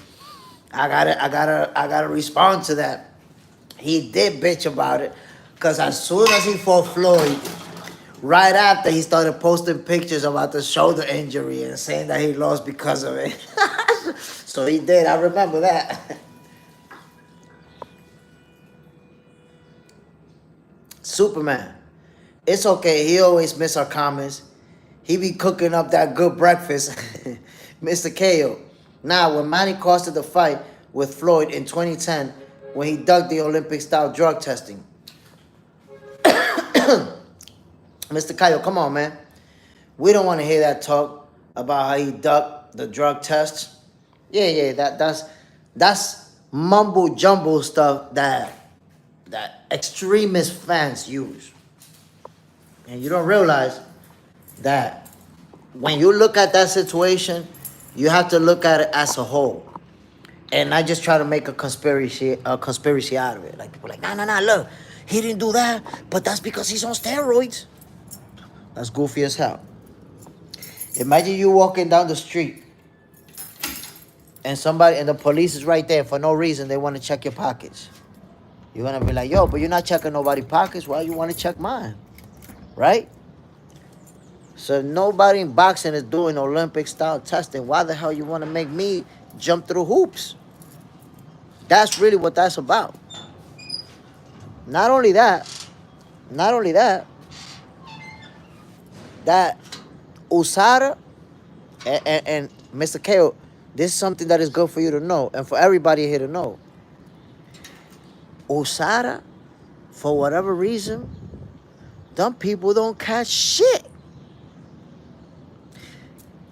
When's the last time that you heard a world champion got popped dirty by USADA?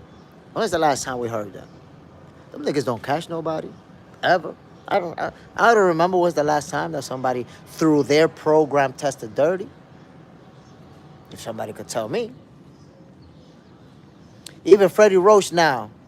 Why no Manny? Why cycling? Why Manny used to put rocks in his pockets to make weight? Look, it's like I said. When it comes to the whole steroid stuff, people want to make stuff in their head based on who they like and who they don't like. As simple as that. Like, Manny Pacquiao's name should never even be mentioned next to steroids. Shouldn't even be mentioned. Why? Because the man never popped dirty. You don't take a situation and turn it into whatever you want it to be because you think it's a movie and you want it to be interesting. So it's more interesting when you make some type of conspiracy around it. But at the end of the day, man, Pacquiao never popped dirty and is one of the most accomplished fighters of all time. Simple as that. Manny should have told me about his shoulder before I betted on his ass. You have money on Pac-Man? Yo, listen. Manny Pacquiao and Floyd Mayweather was such a big event that there was a bunch of people in my house that I invited over, co-workers and friends. We watched the fight in my house. And that's one of those type of fights where people who don't even follow boxing are watching it. People who don't even follow the sweet science. My God, Floyd Mayweather, Manny Pacquiao. Because that's how you know a fighter goes from being a star to being a superstar. When they have a lot of fans who don't really follow the sport, casual fans. When they have a lot of those, that's how you know. There was people in my house watching that fight who hadn't watched boxing in years. In years. But that fight, they wanted to watch. So, that was a big one, bro. That was a big one, ladies and gentlemen. Superman. Read my comment, J. Smith, for that tank community.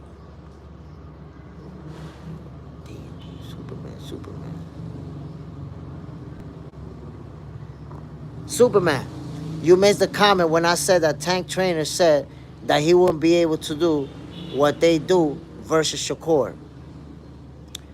I'm trying to tell you, man. Not only did he say that, there's a video out there you can find it easily where Coach Cal is saying straight up, I don't want that fight. Matter of fact, we might be talking about the same video. Because in that video, he was talking about the way Shakur fights, and it might be the same video. But, come on. And the funny thing is, the funniest part in all this is that we all know Tank Davis is ducking Shakur, but we act like we don't know. Especially the Tankomaniacs. The Tankomaniacs have all the excuses in the world of why Tank don't fight Shakur. Except because he don't want to fight him. That's the only reason. The only reason Tank Davis does not fight Shakur Stevenson is because he doesn't want to fight him, ladies and gentlemen. That's it. There's no getting around that, my peoples. No getting around it. Mr. KO, like the biggest casual question, who better, Ali or Tyson? I mean, listen, I've had people show up over here, and it's like I could tell they don't really follow boxing like that because all they bring up is big famous names from back in the days. They can't name a single fighter from today. Cypher, thanks to Tank Davis, I no longer believe in couples therapy. Next time I have a problem, I'll just call him and tell him to get my old lady in line. Come on, Cypher. Damn, why you gotta do Tank like that, bro? Maybe they didn't finish the therapy and shit. They need to go for a few more sessions. Superman, yes, but the people want to ignore that. Mr. KO, talk about couples therapy. I won't fight him. That's my brother. Jose Chavez, Canelo is the new Ali. My God, yo, you embarrassing yourself, bro. Don't embarrass yourself like that. Dave A, you got it wrong, man. Shakur Stevenson is a bomb-ass fighter. How I got it wrong? I said Shakur Stevenson is going to whoop Tank Davis. I get that wrong. JJ's in the Tank is afraid of the boogeyman. Shakur Stevenson is the boogeyman. Come on now. Devin Haney, duck Shakur. Tank Davis, duck and Shakur. Teofimo Lopez, duck and Shakur. Rollies, duck and Shakur. Ryan, quack, quack, quack, quack. Come on now, my peoples. How many more people got a Pitbull, duck Shakur? Loma, duck Shakur. How many more people got a duck Shakur before you understand that he really is the boogeyman? At what point do you say, yeah, man, this guy's the boogeyman, for real? That's it. He really is the boogeyman. Dave, Tank is a real good, skillful fighter.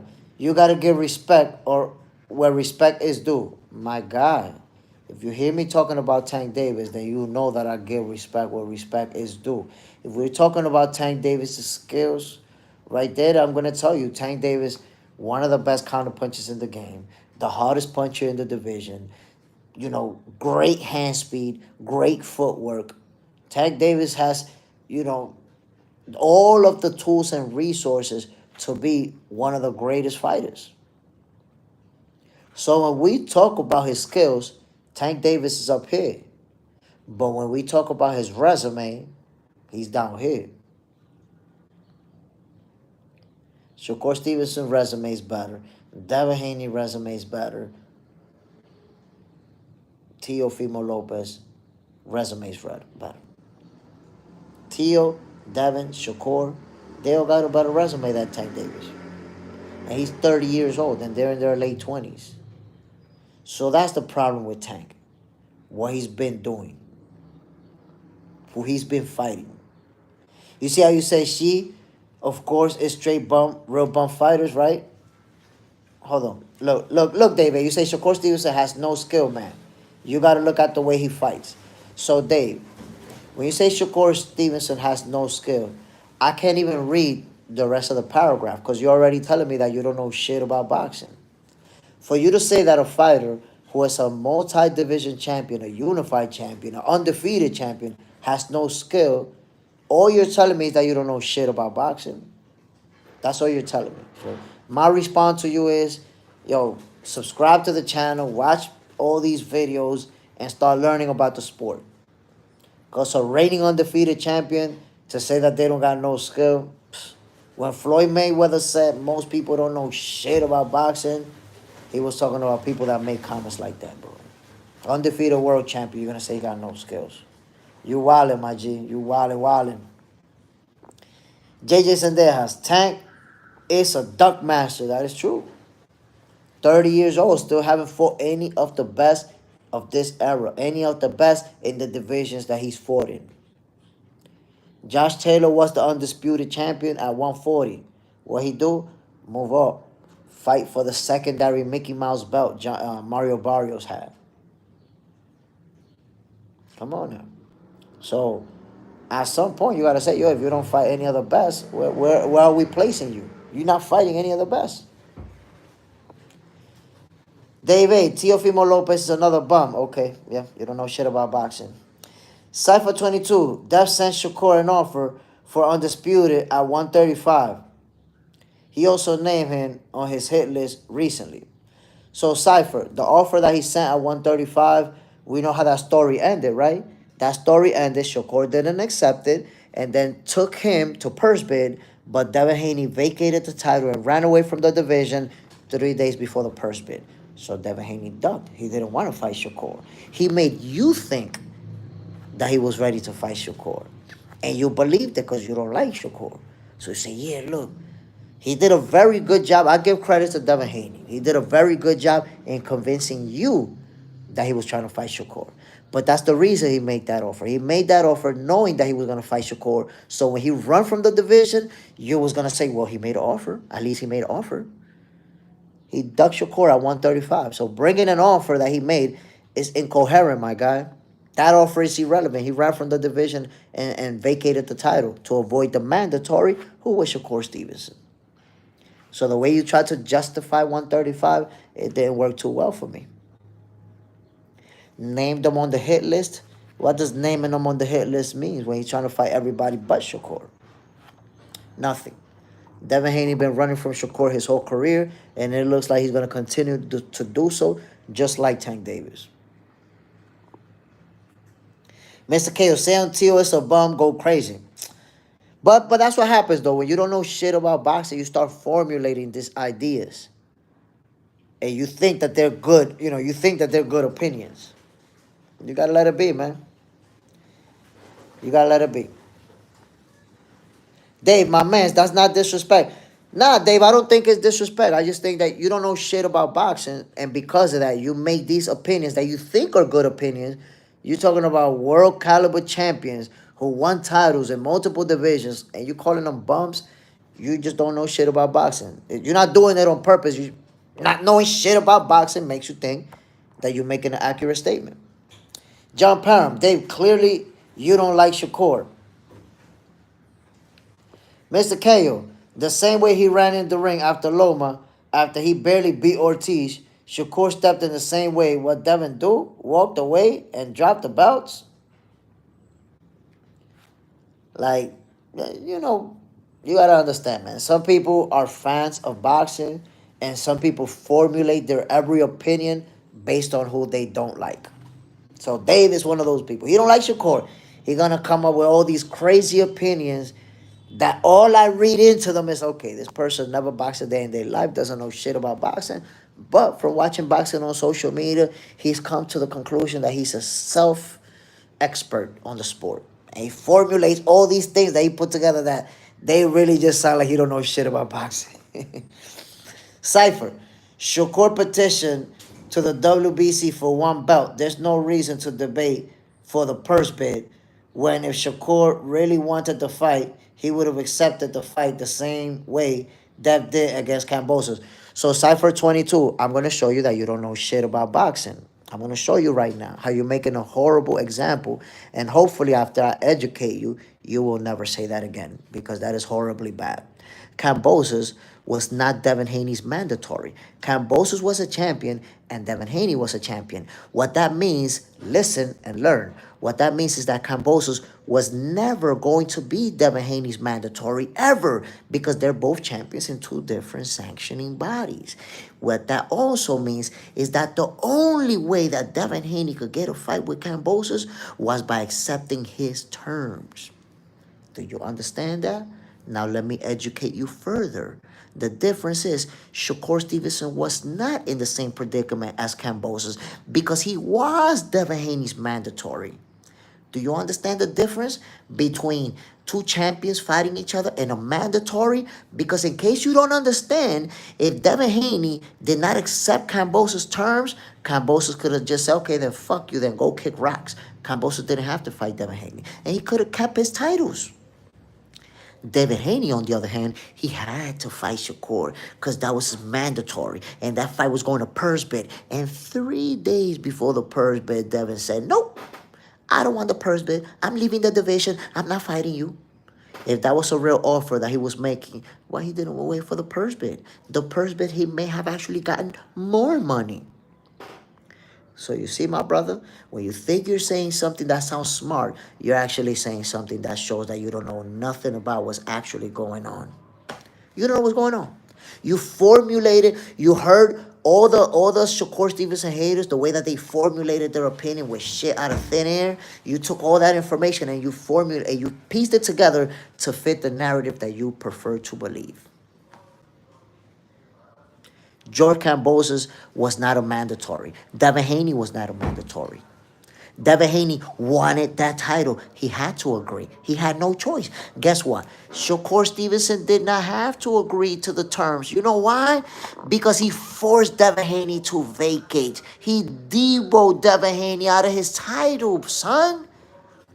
Devin Haney was not going to be able to do that to Kambosos. Kambosos going to just say, yo, go kick rocks. You don't want to fight a 2-fight deal, both fights in Australia? Go kick rocks, sucker. So Devin Haney had no choice. Shakur Stevenson had a choice. Because he said, oh, you're going to lowball me? We're going to purse bid, son. See you over there. So I know, Cypher 22, that you thought you had a good reasoning, but that's actually a horrible one. Horrible one. Never compare two title holders fighting each other versus one mandatory challenger breathing down your neck. Stop it, son. Stop it. Stop it. Don't do it to yourself. I'm the human algorithm for a reason. Don't do it to yourself. Come on now. Come on now. Cypher 22. I'm not debating the intricacies of why they did it. Blah, blah. You said he ducked. Bro, he did duck. Because Cypher 22, you're clinging on to the offer. But the negotiations between Shakur and Devin did not end in the offer. The negotiations ended when Devin Haney dropped the belt and ran from the division. That is a duck. That is exactly a duck. It's as simple as that. You're saying that Dev moved on, Cypher. Again, you see, you don't even realize it, man. I wish you would understand that you're out here getting cooked. Cypher 22, you're a boxing fan trying to argue with an expert, and that's why you're out here getting cooked. Look what you're trying to say. You're trying to say that he just wanted to move on. Bro, he didn't move on. He had a purse bid scheduled for 3 days. 3 days from a purse bid, he dropped the title and ran from the division. That is called ducking. No matter how you want to frame it, it's called ducking. Because if you make me an offer so that we can fight in 3 months, if we go to the purse bid, we can still fight in 3 months. Why you don't want to go to the purse bid? Cypher 22, since you got all these logics, tell me your logic why you think Devin Haney didn't want to go to purse bid with Shakur Stevenson. I would love to hear it. Tell me your logic, Cypher 22, on why Devin Haney chose not to go to purse bid. You're saying, Cypher, ask Dev that. Okay then. So you don't know and I don't know, right? But what we do know is that Shakur is the mandatory. So who duck who? We got a date together, Cypher 22. We got a date together. And you chose not to go and drop your title. It's so simple to understand it, my guy. Now you want to be confused? Earlier you knew all this stuff in the world. Now you're confused. Now you don't know. That's what happens, Cypher 22, when a fan tries to argue with an expert. You're going to say some goofy ass shit. And now you want to be confused. Now you don't know. I don't know now. You had all the logic in the world earlier about how Shakur ducked because Devin sent an offer and Shakur Stevenson this and Devin that. You had all the answers in the world earlier. I just got to ask you 2 questions and you folding. Now you're confused. See?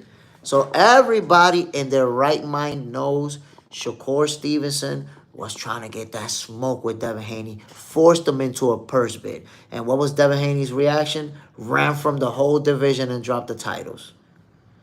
But somehow, some way, he didn't duck. That's ridiculous, my peoples. That's ridiculous. That is ridiculous. Do not argue with horrible talking points and get cooked early in the morning. Look, Cypher 22, based on what you've been saying, I already know that you never boxed a day in your life. So I'm going to read your comment, and whatever you're about to say, I know it's something that you try to figure out that you think it makes sense, but I'm going to cook you. Watch. I didn't say I knew anything. You say he ducked. I said he sent him an offer. You then responded, Devin ducked because he moved up 3 days before the purse bid. Okay, then. I say he ducked. I said he ducked, and you responded with the offer. So what are you saying when you're responding? That he didn't duck, right? That's what you're saying. Come on, Cypher 22. Don't come on hard like I'm the expert and then that try to pull it back. No, no, no. I just said. What are you implying with that offer? And make it clear for me, Cypher 22. Are you saying that he didn't duck, right? Tell me, Cypher 22. Are you saying that Devin didn't duck? Because I got a good argument to show you that he did, in fact, duck. But you, Cypher 22, enlighten me. When you say Devin did send an offer, what are you suggesting? Look how easy. You're the only one professing to be an expert. Oh, no, I'm not professing to be an expert. I am. If you look up the word expert in the dictionary, you'll see that I am. Somebody who has done something, participated in it, been involved in it, and then talks about it. So yes, I'm an expert. And I'm not saying that you're professing to be an expert, but your first comment, your assessment about how Shakur Stevenson ducked because of the offer and all this stuff, and you're saying that you didn't say he ducked. But I said Devin ducked, and your response was that Devin made an offer. So what are you suggesting? What exactly are you suggesting when you're saying Devin made an offer? Go ahead and suggest it so I can cook you with ease. Because it's too easy. It's too easy. Everybody knows Devin Haney ducked. Why are you bringing up an offer that he sent? I don't know, bro. You want to bring up an offer? You could bring it up. But then I'm going to cook you by letting you know what happened after the offer. Because that's the problem in your logic. That's the problem in the Shakur Stevenson hater logic. You guys are the only ones that want to tell a story halfway. You're like, no, because he sent an offer. Okay, he sent an offer, but what happened after the offer? Did the story finish right there? Like, these be the people that's watching a movie. Like, did you watch the Rocky movie and when Apollo beat him, you're like, that's it, Apollo beat him? And turn off the movie, and for the rest of your life, you just think Apollo beat him? Like, y'all the only fan base who have a logic where you only tell the story halfway so that it could fit your narrative. I find it extremely hilarious that some people, the narrative around Shakur and Devin sent the contract. He sent the contract. But for whatever reason, y'all don't want to tell the whole story of how it developed. That's all Cypher 22 said. He sent the contract. He sent the contract. And what happened after that? What exactly happened after he sent the contract? I don't know why people want to cling on to the part of the story that they like the most. We got to tell the whole story up until the end and see how it ended. Negotiations between Shakur Stevenson and Devin Haney ended when Devin Haney dropped the title and ran from the division. That's how it ended. Don't ever let that slip away from the facts. Your opinion of what you like and what you would have preferred to happen is not what actually happened. Devin ran from the division because he didn't want to fight Shakur, whether you like it or not.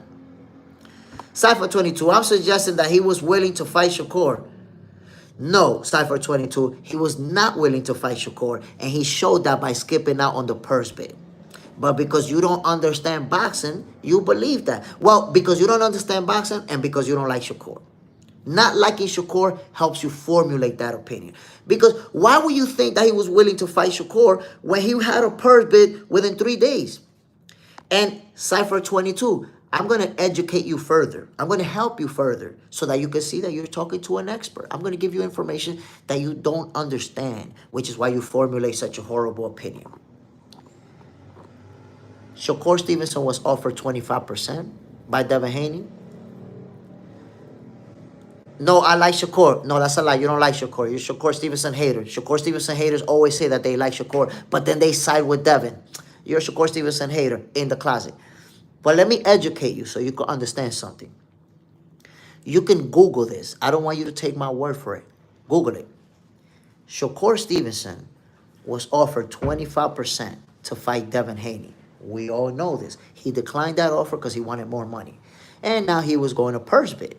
Now, the purse bid, when it comes to the split, it generally goes between 70 and 80% in the champion's favor. 70 and 80% in the champion's favor. Cypher 22. If you knew shit about boxing, my G, you would understand that going to purse bid, Devin Haney was going to get about the same amount of time, about the same amount of money that he was offering Shakur. And he may actually have gotten even more money because the purse bid, the split might have actually went 20% in Shakur's favor and 80 in Devin's. But you don't know shit about boxing, so you don't understand that. You don't understand the significance of Devin Haney skipping out on the purse bid. All you do is formulate an opinion of what you want to believe because you hate Shakur so much. That's it. That's all you're doing. If you understood that Devin Haney was definitely gonna make around the same amount of money going to the purse bid, then you would understand that he didn't want to fight Shakur. But you don't want to understand that because you don't like Shakur. You want to formulate your own opinion about a purse bid. But again, my brother, because, and I don't say this, I say this in a trash talking way because I trash talk once in a while, but I'm being honest too. You don't know shit about boxing, man. Don't be arguing about no purse bid when you don't know shit about how the purse bid works. Google that shit, understand it, and then you'll know that Devin Haney did not want to fight Shakur. And you won't be here making these goofy arguments about a purse bid. Come on, man. Stop. Mr. KO, since you bet on him every time, listen, I recognize Shakur Stevenson haters from a mile away. They say everything against Shakur, but then when you call him out, oh, nah, yo, I love Shakur. That's my favorite fighter in the world. Motherfuckers be like, yo, Shakur, he's boring. He put you to sleep, and he's going to run, and he should have took that fight. And then when you say, yo, you a hater. Nah, I love Shakur. I love him. That's one of my favorite fighters. Huh? What are we talking about here? Bro, Cypher 22, you're not fooling anybody, Cypher 22. You're not fooling anybody. We recognize you haters from a mile away. Y'all all say the same stuff.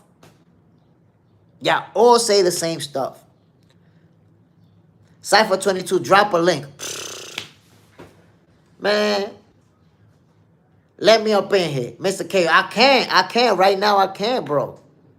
Let me tell you something, my people, so y'all can understand it. I would like to let you in, Cypher 22 and Mr. K. I would like to let you guys in. So let me help you guys understand. When you start the live stream, YouTube gives you an option. Are you going to go live with somebody else? Or are you going to go alone? If you're going to go live alone, YouTube doesn't give you the shareable link so that people could join you. So I don't have a shareable link right now. But Cypher 22, where the hell you be at when I'm like, yo, I'm going to send a link. Whoever want to let me know. Where you at? Where you at? Whenever I say who won it. Huh? Nobody show up? Come on, B. Oh, you, hold on. I'm going to grab my other phone. I'm going to grab my phone. Oh, Cypher 22 trying to get that smoke. Hold on. Because I'm going to tell you like this, Cypher 22. I'm not like Tank Davis ducking Shakur. I don't duck no smoke. So let me go grab a phone. Get the fuck out of here. Nah, yo, I'm going to go grab a phone. I'm going to go grab another phone real quick. Hold on. I want to see. I want to see you explain to me. I want to see you explain to me how Devin did not duck Shakur. Mr. KO, gotta clip this, Jay. Tell him. Hold on. Because I want Cypher 22 to help me understand how Devin did not duck Shakur. According to his own words, Devin was willing to fight Shakur. Right? You're going to find out. He going to tell us. He going to put us on right now. Eat it. Dominicano en la casa. Ooh, Dominicano in the building. Bam. Jay just in the house. Jay Smith. Get your fireman jacket on. Yo, this shit funny. Hold on. So I'm gonna grab my phone right now. Jay Smith finna call y'all bluff. Man, listen, that's what I stay doing. I stay calling people bluff. I wanna see what Cypher 22 got to say. Cypher 22, where you at? I don't want you to think that I just have the ability to cook you in the comments. I got the ability to cook you in a live, cook you in a phone call, microwave you on Facebook, however you want to do it.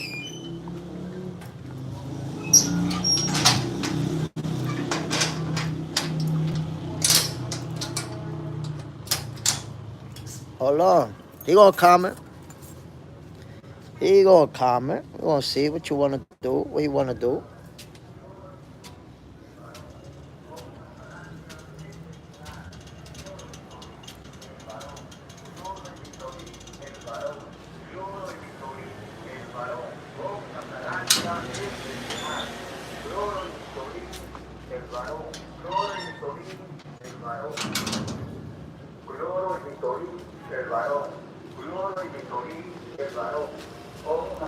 Yo, Mr. Cypher.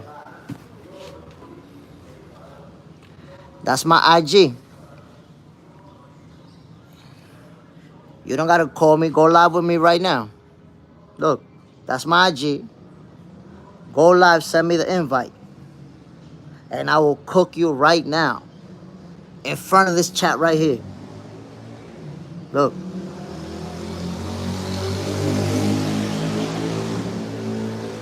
Get ahead, family. Get ahead. Oh man. That would have been hilarious. That would have been hilarious. I'm telling you, my peoples. He wanna play that game. I was about to catch a body. I was like about to catch a body up in here. I'm trying to tell you, bro. I was about to catch a body up in here in front of y'all. Y'all know what it is, man. Y'all know what it is. You can't do that, man. Look, let me tell you something, my people. Boxing, and I know this because, I've been at this for a long time. Boxing is always more fun to debate when you debate as a fan. I debate as a fan too. He can't fight. He's a bum. Yeah, this guy's gonna win. Oh, this guy's gonna beat him. This guy's, when you debate as a fan, you have a good time and you trash talking on. But then when you try to act like you're an expert and you start bringing all these little details like you know more, then you make yourself look goofy as hell. Miguel Rodriguez, the other day you told me that Haney had big balls, if you can remember, and I told you he was weak with no power. And it's a goofy. I mean, why would you think that he's a goofy though? Why? Like, if he's somebody who's accomplished that much, what makes him a goofy? Maybe, things that he does outside the ring that we might not like, but inside the ring, Mr. KO, bro got Frank Martin. Come on, man. I just messaged you. Don't know how to work IG. Hold on one second. John Parham, MS, crazy work. Shook ones. Okay, hold on.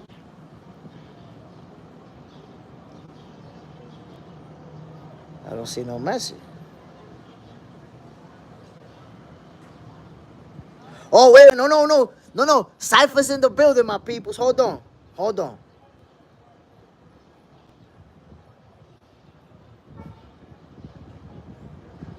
on, Cypher, I found you, Cypher. Hold on. Oh, shit, nah. I don't see the option to call. Hold on. I'm on your IG, Cypher, but I don't see the option to call you.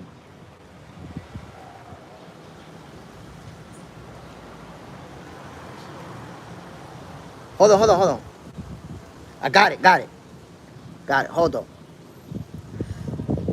Damn. Hold on. Let me grab another phone. My peoples, I got Cypher on here with me. Cypher, I got you right here, and I'm gonna be able to call you, right?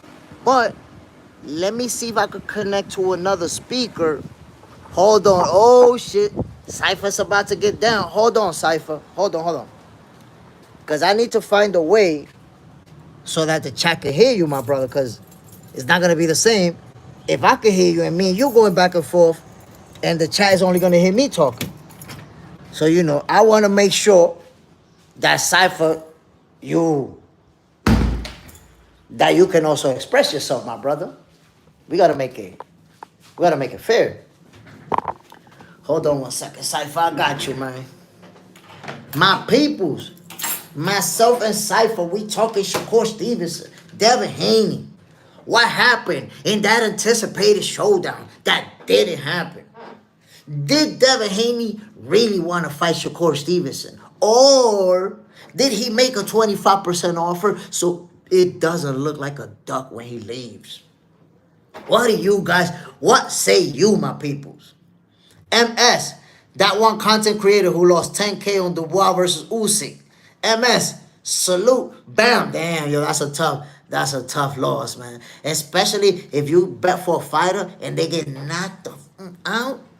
That's a tough loss. That's a tough one, man. It's a tough to swallow loss. Hold on, my peoples.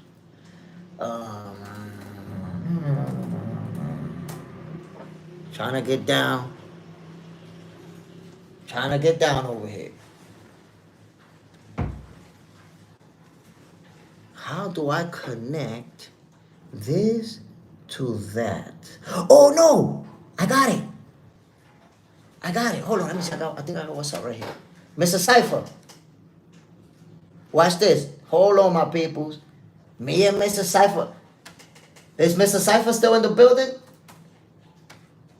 Let me know, my people. Mr. Cypher, you still in the building, right?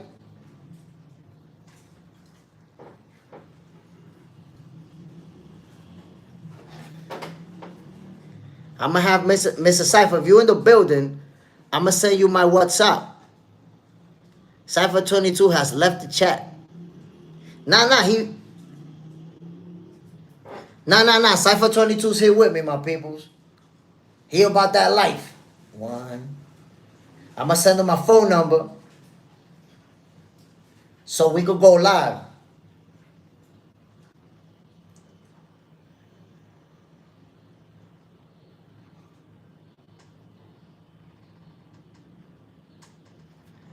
Here you go. Now, my peoples, chat. Right now, I'm talking to Cypher22. He about that life. Yo, fams, that's my number or WhatsApp. Send me a message, and then I'm going to call you on there.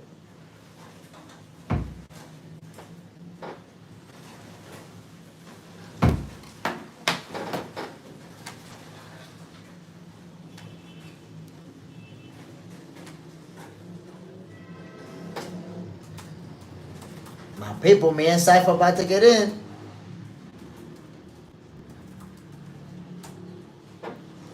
We about to get in, my peoples. Let me see now.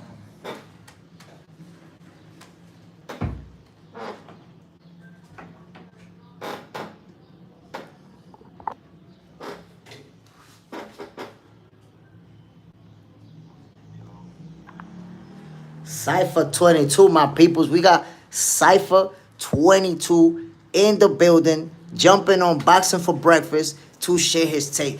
Come on, Cypher22, man. You're not gonna turn on your camera on us, bro? Oh, no. Well, we good, though.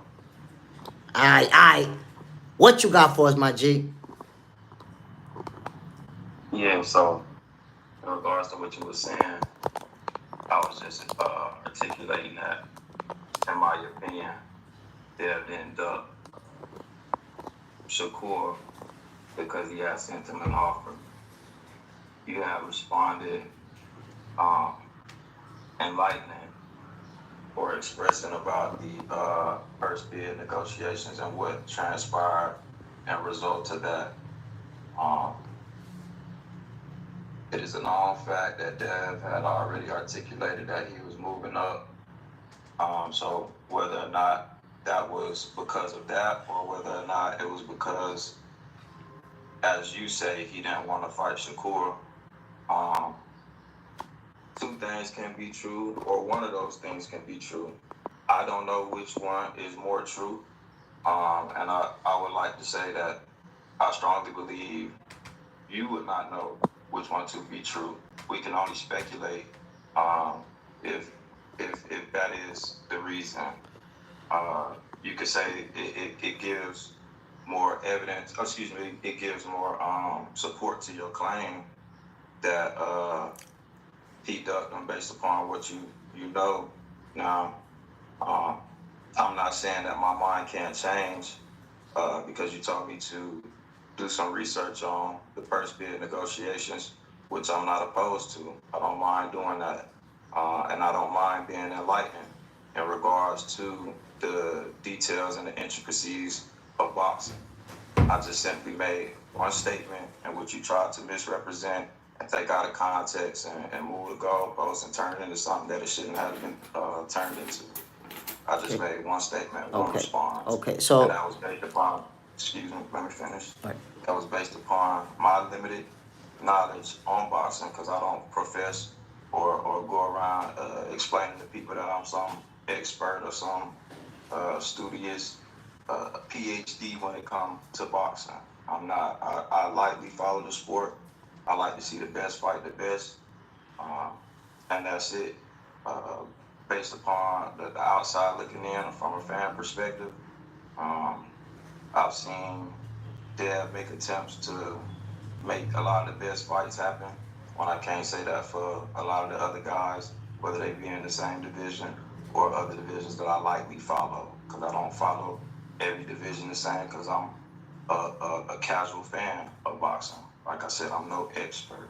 So this is based upon limited information, and most importantly, let me say, I don't have these niggas' numbers. I'm not calling these niggas to ask them what's what, or did you really talk to him, or what.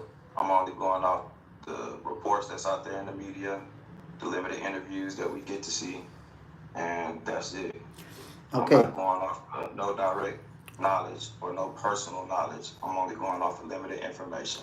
Okay. So when I articulated that, I'm only saying that he was willing to fight him. One, they already sparred, so I was pretty sure, and I was willing to bet that he was willing to fight him. Now, whether he ducked or not, that's something you could be possibly enlightening me on. I have to go back and do my research on the purse bid negotiations. But let me say something, right? So originally, right, my original comment is that Devin Haney ducked Shakur because of how the way that it played out. And your response to that was that you feel like Devin Haney was willing to fight because he made an offer, right? So I'm telling you, as an expert, because you're saying I have nothing to go on. Well, you got an expert telling you, my brother. I'm telling you, as an expert, you will see from other fighters that will tell you the same thing. If you have a purse bid that is coming in 3 days, it makes no sense for you to drop the titles and leave the division. Why? Because with the purse bid, you're going, not only are you going to find out if you could potentially make more money than what you was asking for, because the purse bid could be a 80-20 split, which would see Devin getting 5% more than he originally offered, right? So the business thing to do and the smart thing to do is to wait for the purse bid to find out how much money can you actually get. And Bill Haney is a very savvy and smart businessman. I'm assuming that you may know that. But if you don't, I'm telling you, he is. So logically speaking, I ask you, and then you tell me what you think about this.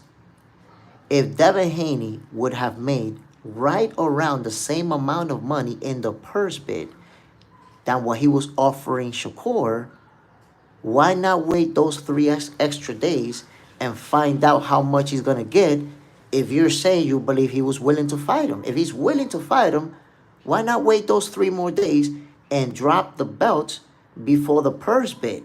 Before you answer what you think, I'm going to tell you.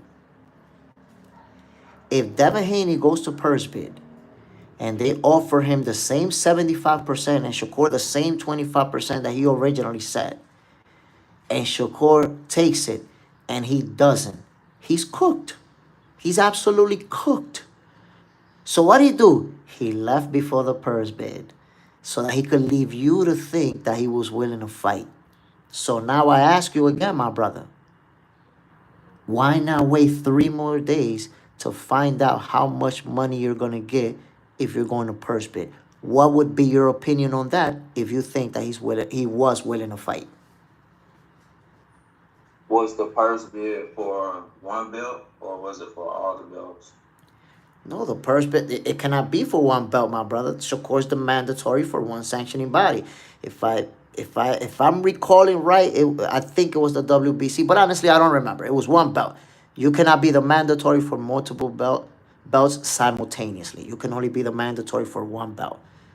So I want you to consider this into your answer. From the moment Devin Haney grabbed those 4 titles, he kept them the whole time. And he was questioned. You can look for the YouTube videos about keeping the titles because he's paying sanctioning fees on all of them. And they told him a lot of champions, they dropped the titles because they already accomplished it. They don't need to hold on to them. And what was Devin's response? No, I'm holding on to them. I don't care about sanctioning fees. I want to be the only champion here. Devin Haney was the undisputed champion up until Shakur forced him into a purse bid. Right then and there, it was over. His run was over when Shakur was breathing down his neck. But go ahead and tell me how Devin Haney is showing you that he wants to fight when he skipped out on the purse bid. So you articulated, you said you believe that was for the WBC, correct? That was for one belt. It was... my brother, you cannot be mandatory for multiple belts. I don't believe that. Right. That's the rules. With that being said, for me, in my opinion, that changed the dynamics of the negotiations. Why are you so fixated on one belt when he's trying to fight you for multiple belts that you are not the mandatory of, and which you just articulated? You're only the mandatory for one belt. Okay. So why are you trying to I'm gonna show you what's be so fixated on one belt? And I'm gonna show you what's problematic about that take. You just sat here and told me you're a casual fan. You don't follow boxing like that, right? So being a casual fan, why would you be concerned about what Shakur wants? Don't we want the best fights? I want Shakur and Devin to fight regardless of how many belts are in play. Why are you concerning yourself with the belts that are at play? You're taking you're taking a stand. You're thinking about me is the same assumption I can make about you. But you're taking a stance. You're taking a stance about what. But my brother, you just told me, why would Shakur not fight for all the belts and just fight for one? Yeah, you just said that. That's asking a question. That question is posed for Shakur. My brother, but it's me and you talking. Shakur's not here. Right. It's me and you. It's me and you. I can only answer to what you're saying. So the point is, whether you're posting the look. What we present, no, we don't know for sure until we get them here to answer for themselves. But hear me out. Why would you question the belts that Shakur wants? That doesn't make. You see, as an expert. The one belt that he wants, he wasn't arguing for multiple belts. Let me show you. Let me explain to you something. That's where an expert and a casual collide, because you're arguing about the wrong talking points. As fans of boxing, listen. If you want to ask me my opinion about the fight, I don't give a damn if they fall in the damn bathroom. Same thing with Tank. No. But I'm asking. Okay. I know. But why do you care about if Shakur's fighting for multiple belts or just one? Why do you care about that? You see, you're like, well, but you just questioned it. You brought it into the conversation. It should not be brought into the conversation. As fans of boxing, that is part of the conversation. It's not. Is that not the underlying premise? Is that not the foundation of the conversation? The first bid. The premise of the conversation is that Devin Haney chose to leave the division without facing his mandatory. That's the premise of the conversation. He had a mandatory challenger. He had a Why though? Why? because he didn't want to fight him. He didn't want to fight him. It's too simple to see. According to who? According to Bill Haney, who's on video saying we don't want that fight.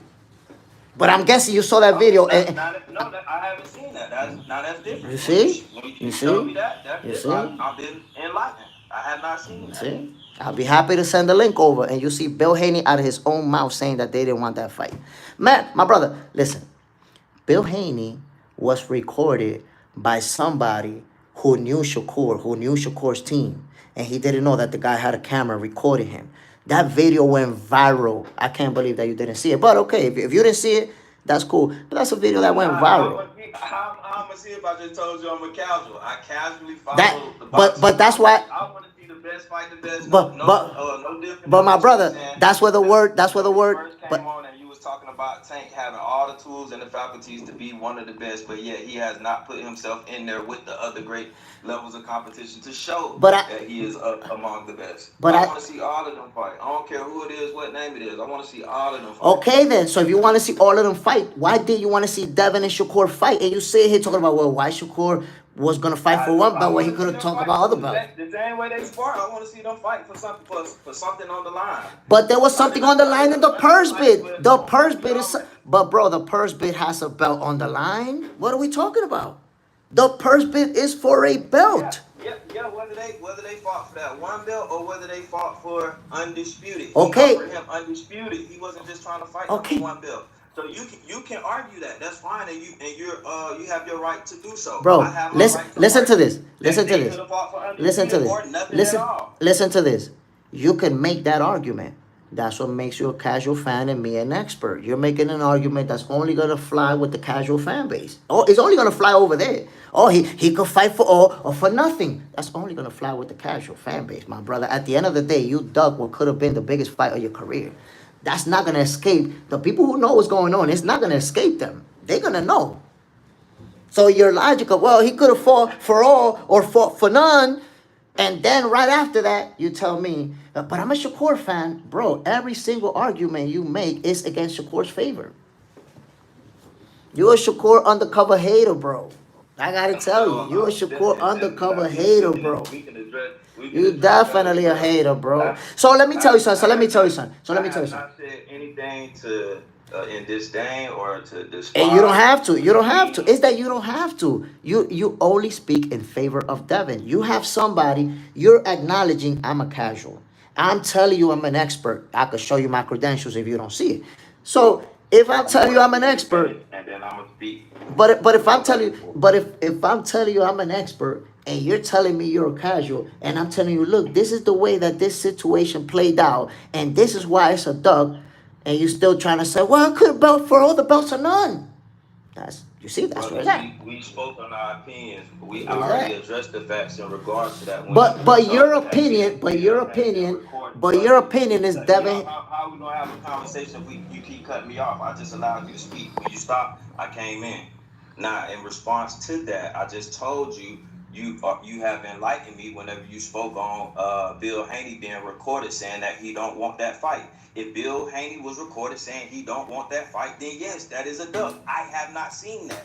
You cannot hold me to something that I have not seen. Without that, forget about that then. Forget about that for a moment. Before you're proven. Our opinions based upon you having your opinion and my opinion. No. Like I say, I have the opinion that I want to see the best fight, the best period. So whether they fight for something, but we're not discussing. My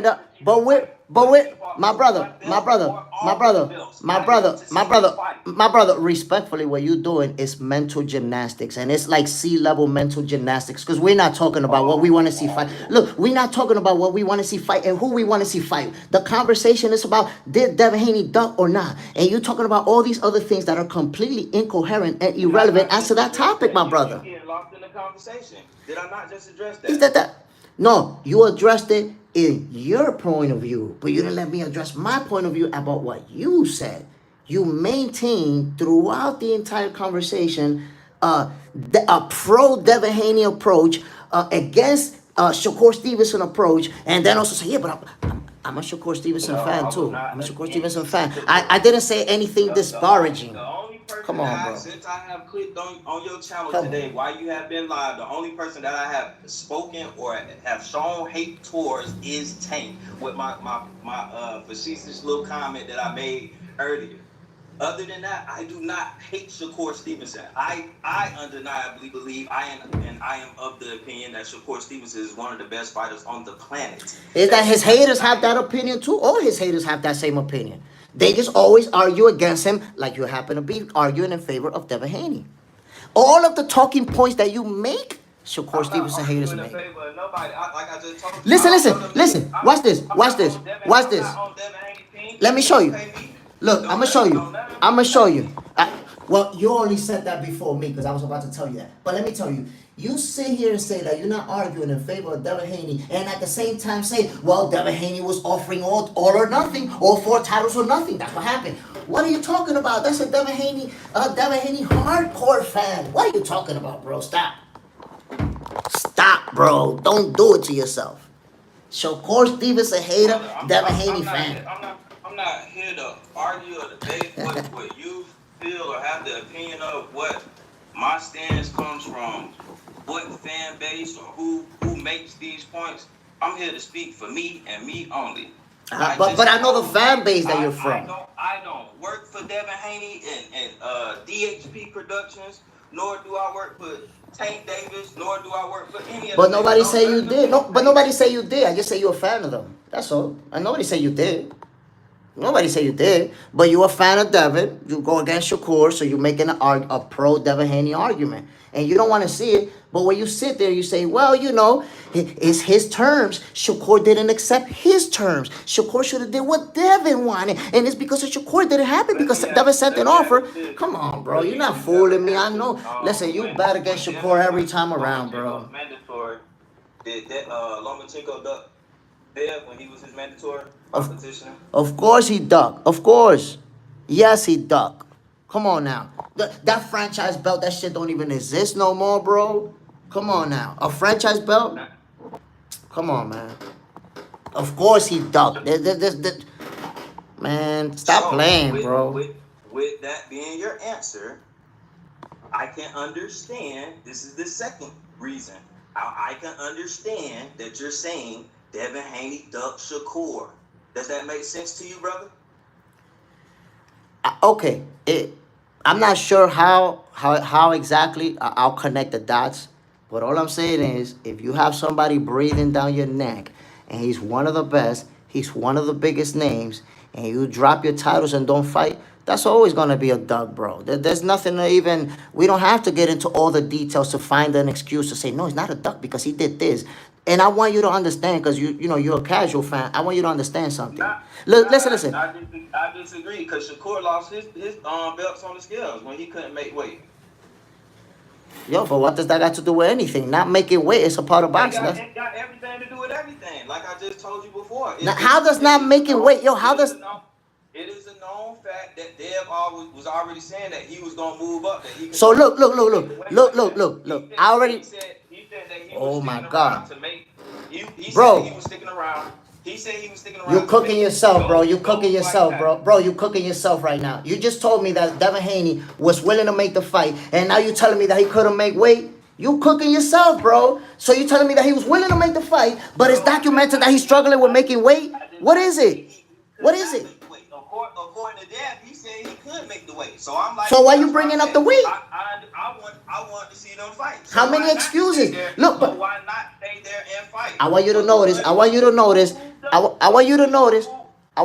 that is. You moved up the same way Loma ran when you was his mandatory. Shakur was your mandatory, which I did not know as well. I just simply thought that was when Shakur, or let me say, I was under the knowledge that Shakur, that was around the time when Shakur first moved to 135 after 130. I didn't think that he could just barge his way in and make the demands far as his negotiations go.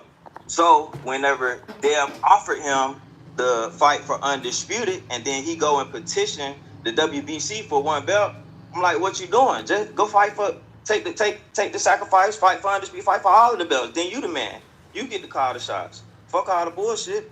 So again, you gotta understand. So if I'm from the outside, let me ask you a question. It's a great before your question. It's a great move. Whether you feel you have the right to ask. A casual fan is telling me what a great move is. Imagine that a casual fan. Listen to this. Listen to this. I want you to listen to me, bro. I want you to listen to me. You need to listen to me, bro. I want you to listen. 3 days before he dropped the belts and he runs. He's about to get cooked, my peoples.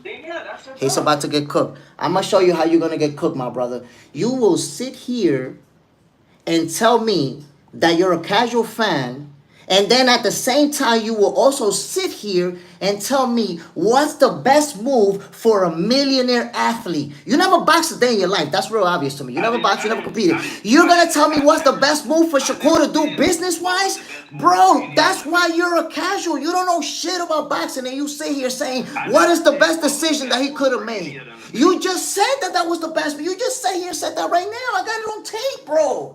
You will sit there and talk about what is the best business decisions that a fighter should do. That Shakur should have did this. What business decision would have been better for Shakur? Come on, bro. You see? You just did. That's exactly.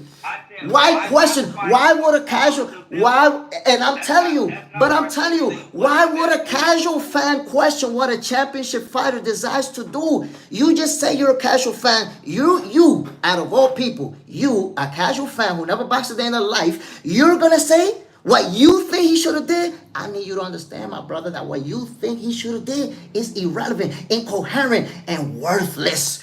Nobody gives a shit what you think he should have did, bro. What you think he should have did. You're the casual, I'm the expert, and you're telling me what a championship fighter should have did. You, people like you, bro, it's the reason why Floyd Mayweather father's uncle said most people don't know shit about boxing, bro. Because you come up with your own logic from a casual fan base perspective, and it don't make no sense, bro.